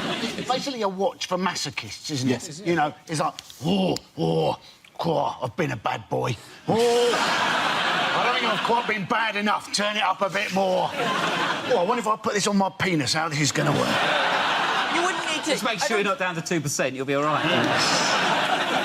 You're saying if you go to the wrong website, it'll give you a little shock so you don't go on the website. Yes, it but does surely do if you that. go on a website that you shouldn't really be on, you just delete history, don't you? I mean, the tricky bit is not deleting history. The tricky bit is then going on all the innocuous websites afterwards so as it doesn't look like you've deleted history. That's the tricky bit, isn't it? History seems to be very empty in this computer, because I saw you on it all evening yesterday. Yeah, I never touched the delete I've never on it like that, yeah. Yes. Private browsing, Andy, private browsing. My favourite member of the Army Corps, private browsing. Good afternoon, private browsing. Are you on duty again? I certainly am, Dara. I shall be protecting you from any inappropriate sites. Private browsing, reporting for duty. Pants down, private browsing in here. I shall protect your browsing while you shop for gifts for your wife. Because that is apparently what private browsing was invented for. I love that. Oh, I mean, I've got private browsing on because I'm shopping for some gifts for my wife. Oh, really? You seem to be buying her pornography. Are you sure this is the gift she particularly wants? Private browsing. Reporting for She duty. told me that her favourite film as a child was Double Fist and Kiss.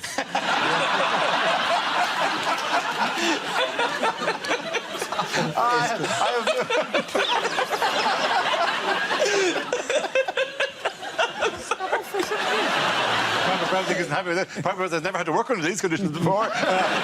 He's mainly used for shopping for gifts. Private browsing is retraining as an electrician. Why did you leave the army? Oh, the things I saw. I saw some things. I saw some things. You weren't in the there, army. man. You weren't there. You weren't there. You didn't see what I saw. The first casualty of war, my friend. Your private browsing, the first casualty of war is innocence. Private browsing. Good evening, ladies and gentlemen. I don't know anything like Benny Hill. Private browsing. At your service. Madam. Benny Hill would do. No, it'd be like, you know, what's it, the paper clip that would appear. It seems legit. You look like you're buying some pornography. Small animated soldier came out and said, do you want to look at the porn? Private browser going to help you with that. I'm amusing myself here.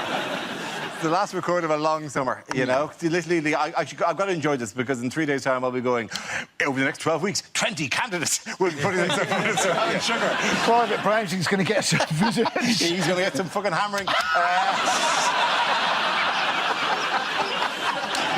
I think your penis is going to get some corporal punishment.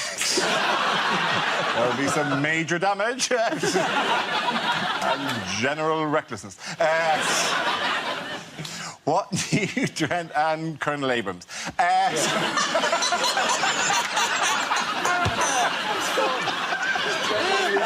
was it. Sorry, we'll bring it back. Lost it. Stop. Colonel Abrams is great, though. None of you remember... Do any of you even remember Colonel Abrams? Anyway, he sang a song called Trapped. It was really good. I can't get out. I'm trapped like a fool. I'm in a cage. I'm like a man in a cage. I'm so in love with you, love with you, love with you. Sorry, did I really carry on with the show? Sorry. Yeah, or whatever. You boys have got a shared past we can only imagine about.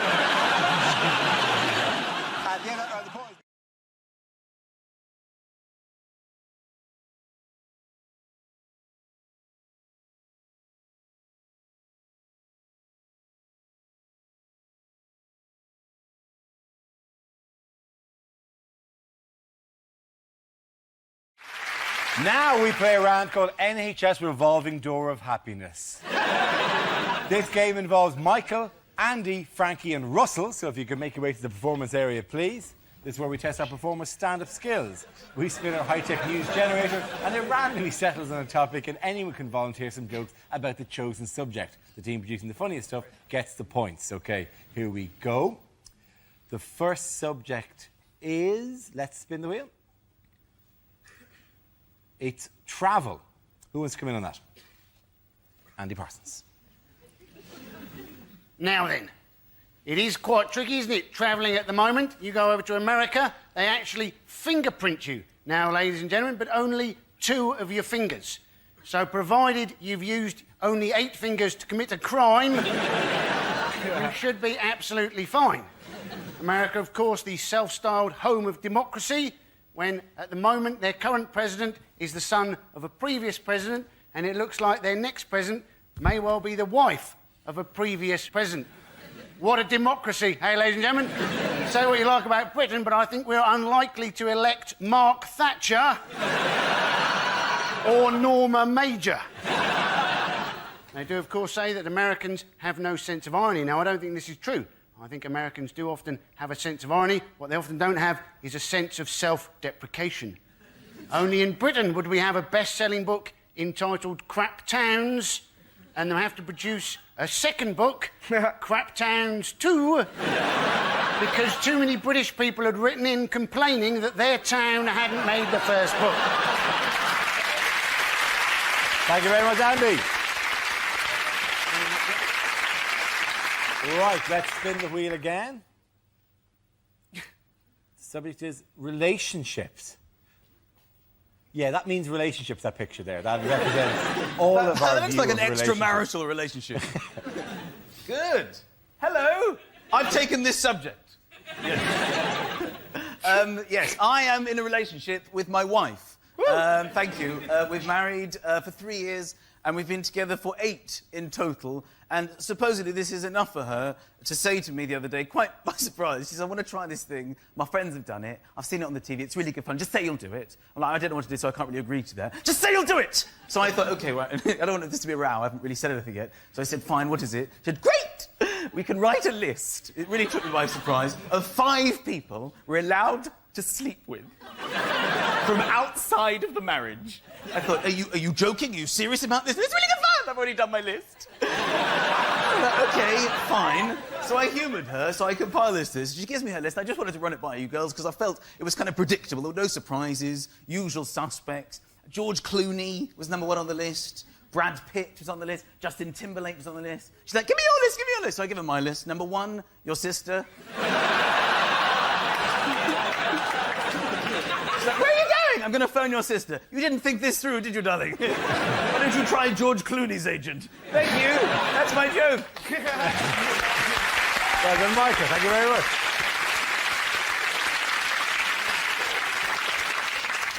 OK, Russell and Frankie are left. The next topic is men's health is the next topic, as represented by the knee. The window on the man's soul, the knee. Well, we've all been there, let's be honest. Jesus. And it's got quite a nice pant ferret there, which is a bit of hair.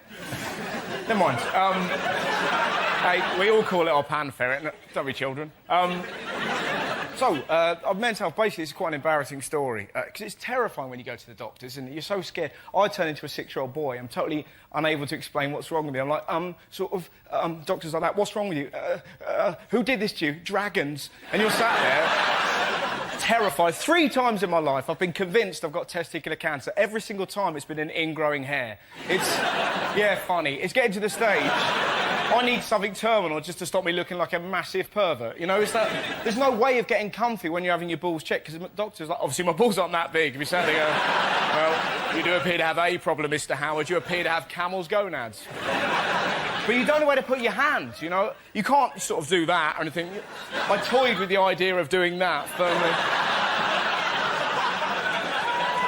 I wish I'd been courageous enough just to go... But I didn't. I sat there like a timid T-Rex as my penis gently shrunk. And it's horrible, because the only good thing about going to the doctors is the ladies' magazines. You know, it's always the same. I found love in Falaraki. The most orange woman you've ever seen.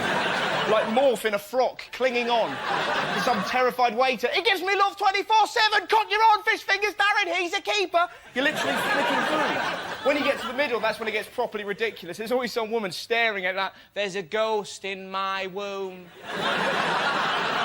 I was walking downstairs. It flew out me vulva. It were Henry VIII. And that's the only good thing about going to the doctors. Thank you very much for your time.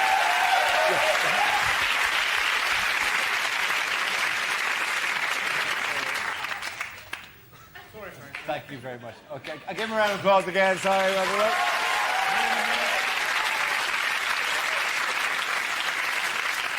Well, now that we've comprehensively dealt with the topic of men's health, Frankie, let's see what you've been left with.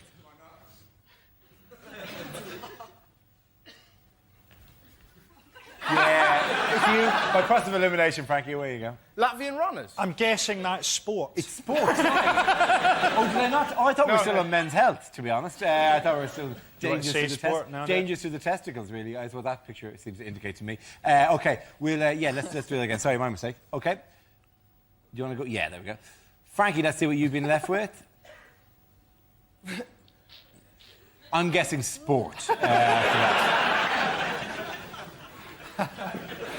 They say that the Olympics is going to rekindle English national pride. I mean, come on, for 9.2 billion, you could have written "fuck off Germany" onto the moon.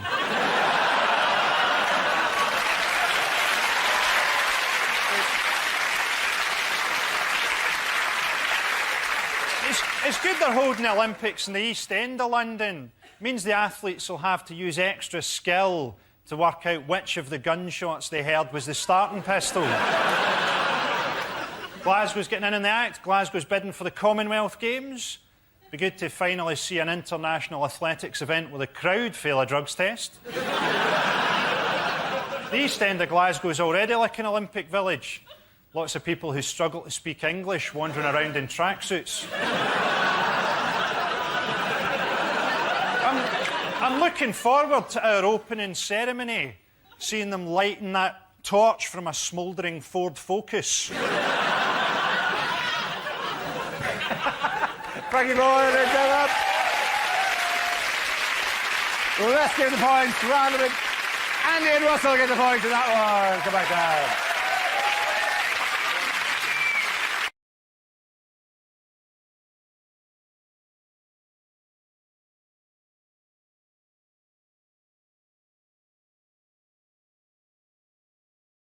That leaves us with Mickey. Let's see what topic you've been left with. Let's spin the wheel. Now, the topic is food. Oh, here you go. Now, this is one of my favourite topics because I absolutely hate restaurants. And my wife loves restaurants. She's middle class. She's been skiing and everything. And she loves a restaurant. She says, can we go to a restaurant at the weekend? And I say, yes, we can.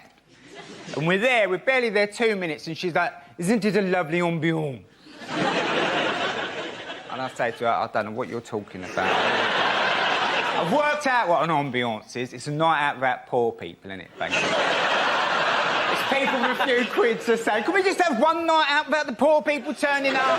We know what they're like. They'll be banging spoons together, singing My Man's a Dustman, creating an atmosphere. We want an ambiance. So we try and enjoy the ambiance. But something's happened spoiling it for me. There's no tomato sauce on the table. Creating the situation when my wife looked at me, she said, you're going to ask for tomato sauce, aren't you? I said, yes, I am. Because I'm going to have the risotto. You can't eat risotto without red sauce, it's too dry. It's a health and safety issue. You've got to zhuzh it up with a bit of red sauce, right? So I thought, I'm not having it. I said to the waitress, excuse me, do you have any ketchup in the building? She's looked at me like I'm the worst pleb God has ever put breath in.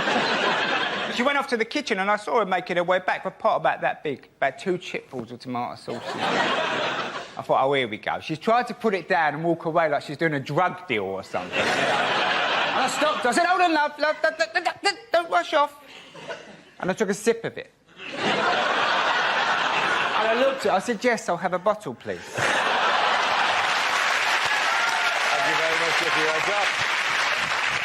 And there they are, Scotland through to the final 16.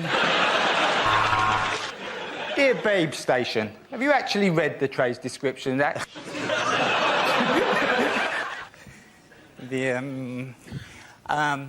A few years ago, my wife and I had a baby. Well, we didn't have it straight away. We had to cook it up for a little while. And so she suggested we go to these classes run by the National Childbirth Trust in our local area. They're very middle-class antenatal classes. They're run by this fascist breastfeeding woman.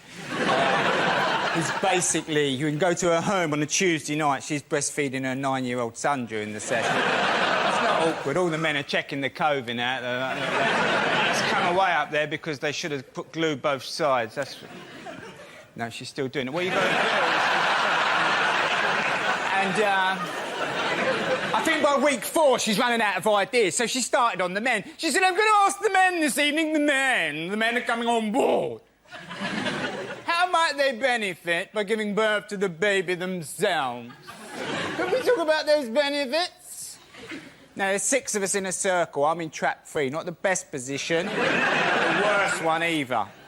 Chap number 1's in the best position. He said, if you gave birth to the baby yourself, he said you'd have an empathy with womankind and her struggle over the centuries, creating a greater relationship with your partner. I was thinking, oh, cobblers, I was going to use that one. Chap number 2 dug in, fair enough. He said, well, if you gave birth to the baby yourself, he said you'd have a bond with the child at a more primeval, physical level. Started crying. Nice touch. Mother Earth looked at me, I'm having a panic attack. It's all gone a bit hazy. She said, Michael? I said, well, at least you'd be 100% sure it was yours.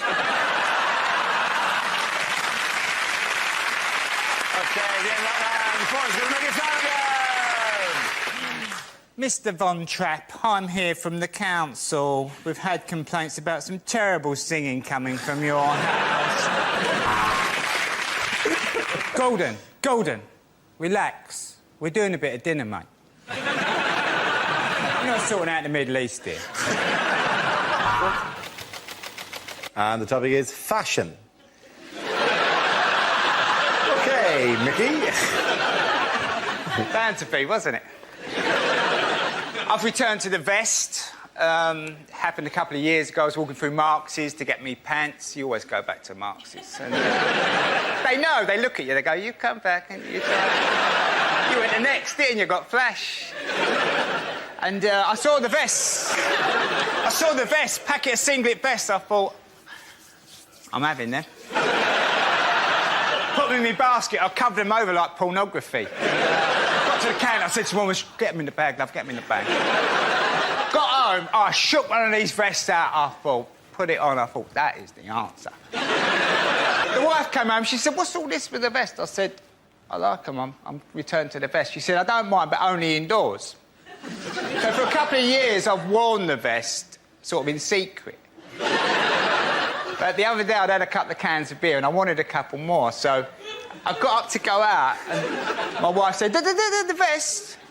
I said, no more. I refuse to live a lie. I'm standing up for vest wearers all over the world. I marched off down the off here. I've got 2 cans of Stella Artois. Put one in my back pocket, cracked the other one open. And I walked back from the off in my vest. I made a discovery. You drink a can of Stella and wear a vest, you get a bit of space.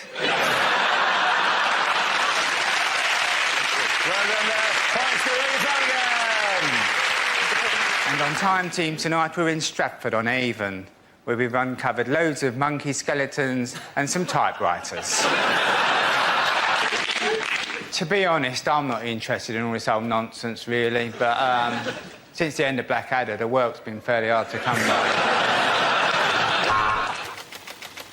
The topic is culture.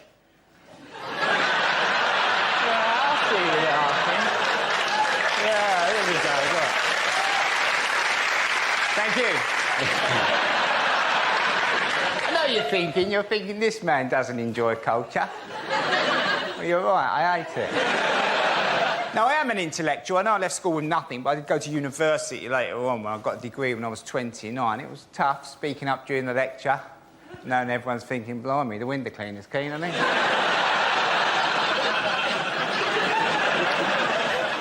But when I came out, when I got the degree, I thought, that's it, I'll be interested in things now, won't I? It's all going to be fine. So I thought I'll go back to the art galleries again. Went into the art gallery. I don't like art galleries. I'm never quite sure how long you're supposed to look at the pictures for. I should give you a bit of guidance, you know, because I can crack on in a gallery, I really can. 3 or 4 minutes. Boss, that's not bad, that's not bad, that's not bad. Just mess that up. I can be over by the door in about 5 minutes. The wife's crying at her Matisse. Come on, love, there's a Weatherspoons round the corner. But the other thing is, you've got to enjoy looking at other cities, apparently. The city break, does it actually exist, the city break? Is it a real thing? Went with the wife to Prague the other week, and she said, after a couple of days, she said, are you enjoying yourself? I said, yeah, I've just paid 15 quid for 2 cups of coffee. But at least we've got that bridge to walk over again, haven't we? Because I've never done that before. Or maybe we could go to the castle. Thank you very much. Who's the chap in the A team who would not get on the aeroplane? Was it A, B, or B, A? What's the name of that round thing that they throw in the Olympics? Discuss. And subject is fashion. Now, I'll tell you about fashion. Now, a few years ago, I was looking for a new image. So I started going on stage like this, thinking that'll create an image for me. They'll go, oh, you've seen the geezer, stunning looking, where's his top button done? But I subsequently found out the image this tends to create is you're a wanker. So I looked into the whole issue of it, and I'll tell you the situation with the shirt button, OK? So, because the people don't really thought of like that, they tend to undo their top button. There we go. It's better, isn't it? However, it's not enough. Still a bit too high. Still a bit of tension in the room. What you really want is one more. Watch. See that? It's palpable, isn't it? Everyone's going, whoa, thank God for that. That is the level of buttonage we require from a man going out for the evening to the all bar one. Very good. However, if I go one more, I'm suddenly back to being an arsehole again.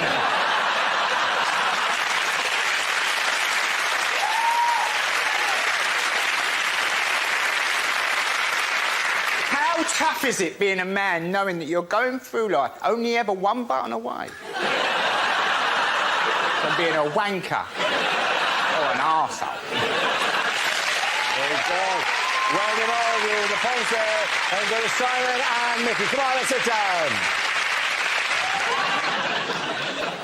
Here, Sarge, pass us the art section out the Guardian, will you, mate? I was about to arrest her, Sarge, but to be honest, my bottle went because she shouted out, "I put a curse upon you!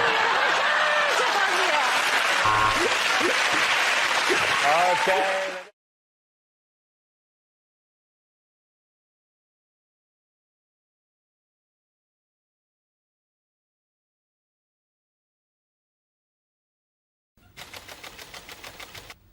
Subject is the media. Who wants to come into that? Russell. I'll do that.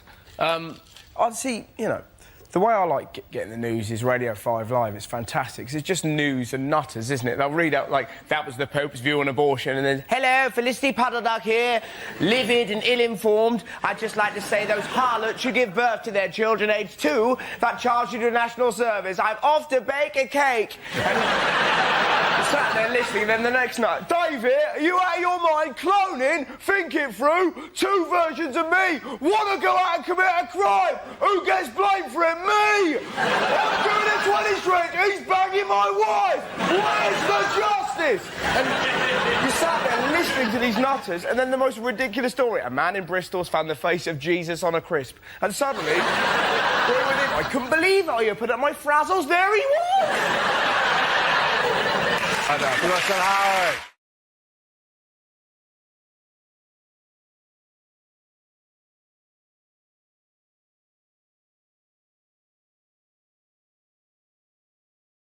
Now we play a round called Wheel of News, which involves everybody. So if you could make your way to the performance area, please.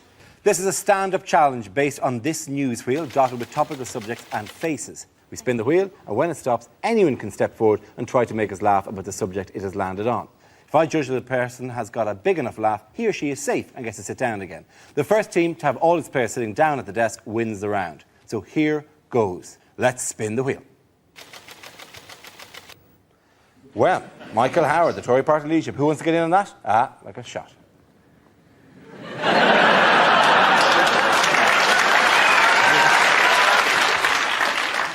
Hello. It's all right. I'm not going to hurt you.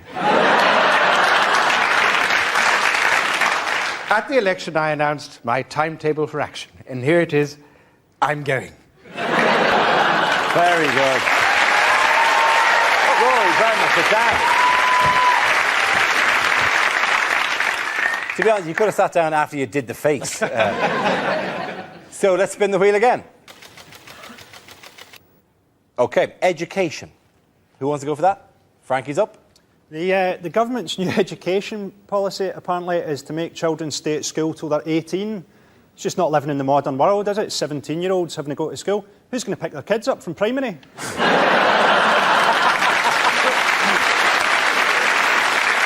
The Catholic Church will get a big thing this week. They say they don't want sex education in schools because that's like giving the kids pornography, as opposed to the traditional Catholic method of educating them, of actually shagging them.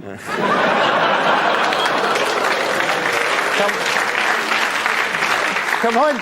Sex education at my school was a muttered warning about the janitor. That's perfect. Frankie, sit down. Well done, you killed it. Covered yourself in glory there. Let's have another look at the next story. OK, ASBOs. Who wants to go in on ASBOs? It's Linda. Yeah, I think people are a bit down on ASBOs, but you've got to remember, these are the only qualifications that some kids are going to get.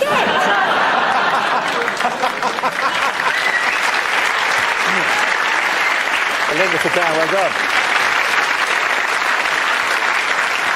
What's our next topic? OK, ID cards. Who wants to come in on that? Jeremy. Well, these are interesting because the defenders of ID cards say, well, we already have to carry lots of ID. You need to establish your identity in order to establish your entitlement to enter certain leisure centres or to claim benefit or to establish your entitlement to enter certain buildings. But this new card will establish your entitlement to go outside. And people say, well, they were a good idea because we had them in the Second World War. But in the Second World War, it was just a piece of cardboard that said, this is Mr. Wilkins, he's not a German spy. This will be this digitised, magnetised thing that says, this is Mr. Wilkins, he may not be a German spy, but he's got a genetic heart defect, his sister's against GM crops, and he took a video late back to Blockbuster in 1997. Jeremy, please sit down. So, it's a tie-break situation. I'm going to spin the wheel one more time. I want the two remaining players, that's Hugh and John, to give me something on that one topic. You both get a go of it, and the audience essentially decides. So, let's spin the wheel. OK, the nation's health. Apparently, it's very important to stay healthy to have 5 portions of fruit a day. I do that. I have half a packet of Starburst.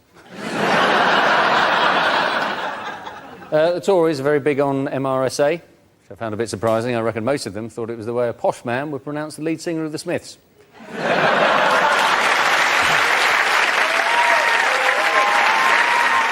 Just stand there, Hugh, because John is going to try to top that now.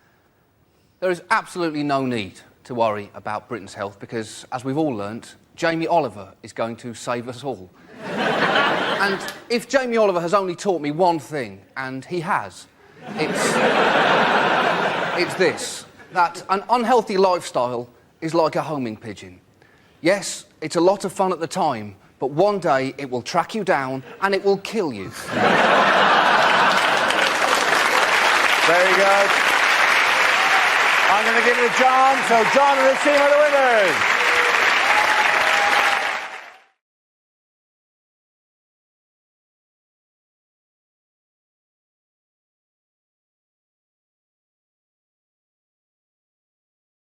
Jeremy Hunt on the train, do you hear what happened to him? Yeah. He pulled the emergency brake. No, he didn't pull the emergency brake. He pulled the emergency alarm. He pulled the emergency alarm while in the toilet, got confused about how a toilet worked, pulled the emergency alarm, and they made an announcement. Somebody has pulled the emergency alarm in the toilet, if anyone could go, you know, because no doctors were there, because they're all still working, and couldn't get to it. And then he, like, the door had to open, shunk, in that kind of Star Trek style-y, and the Minister for Health had to walk out and go, no.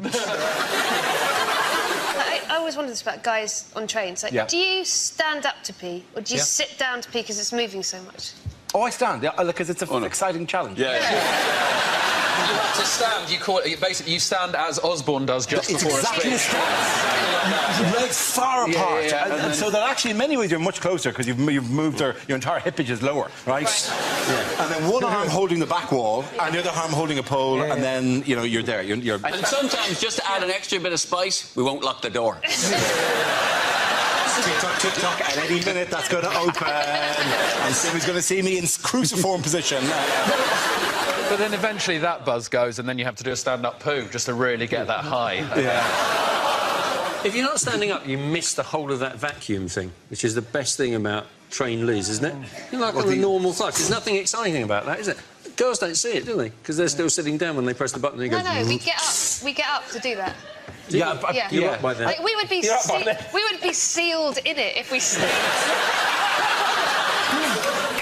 You would go in there and you would just find some woman's waiting for you to prize her off. You're not necessarily... Prince Charming to the rescue. Yeah, milady, would you like me to...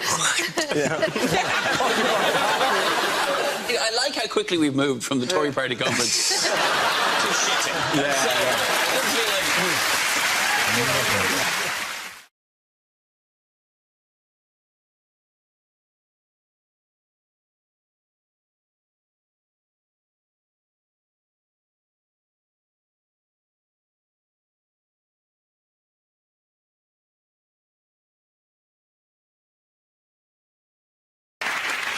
The next round is called Between the Lines. Rory and Hugh, can you make your way to the Mock the Week press pit? In this round, one player takes the role of a person in the news giving a press conference, while the other says what they really mean. Rory, you're England football manager Sven-Göran Eriksson, talking about recent events. Well, hello, ladies and gentlemen. Hello, ladies.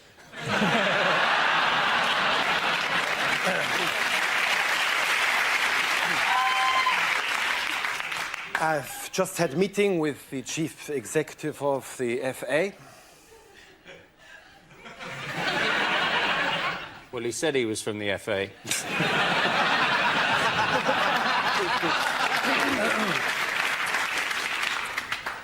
We reached a very amicable settlement.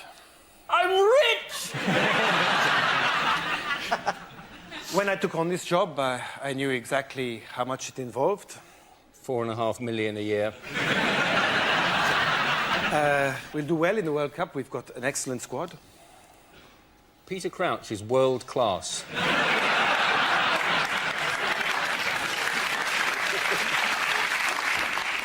I would like to reassure you that my mind is very much on the job.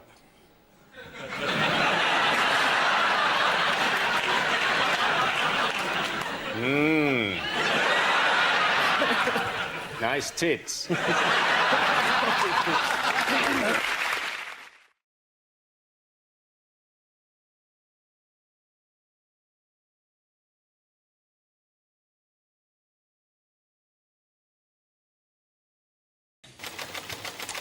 The subject is health. Who wants to come in on that?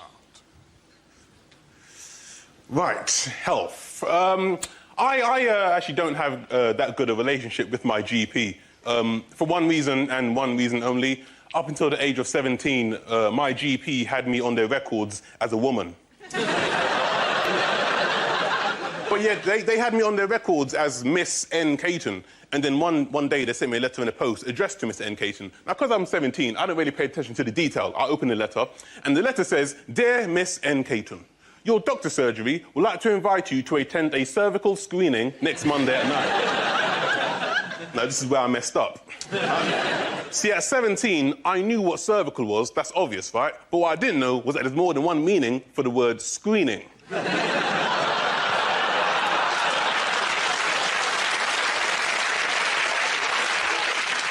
I thought screening was like, you know, you're screening a film.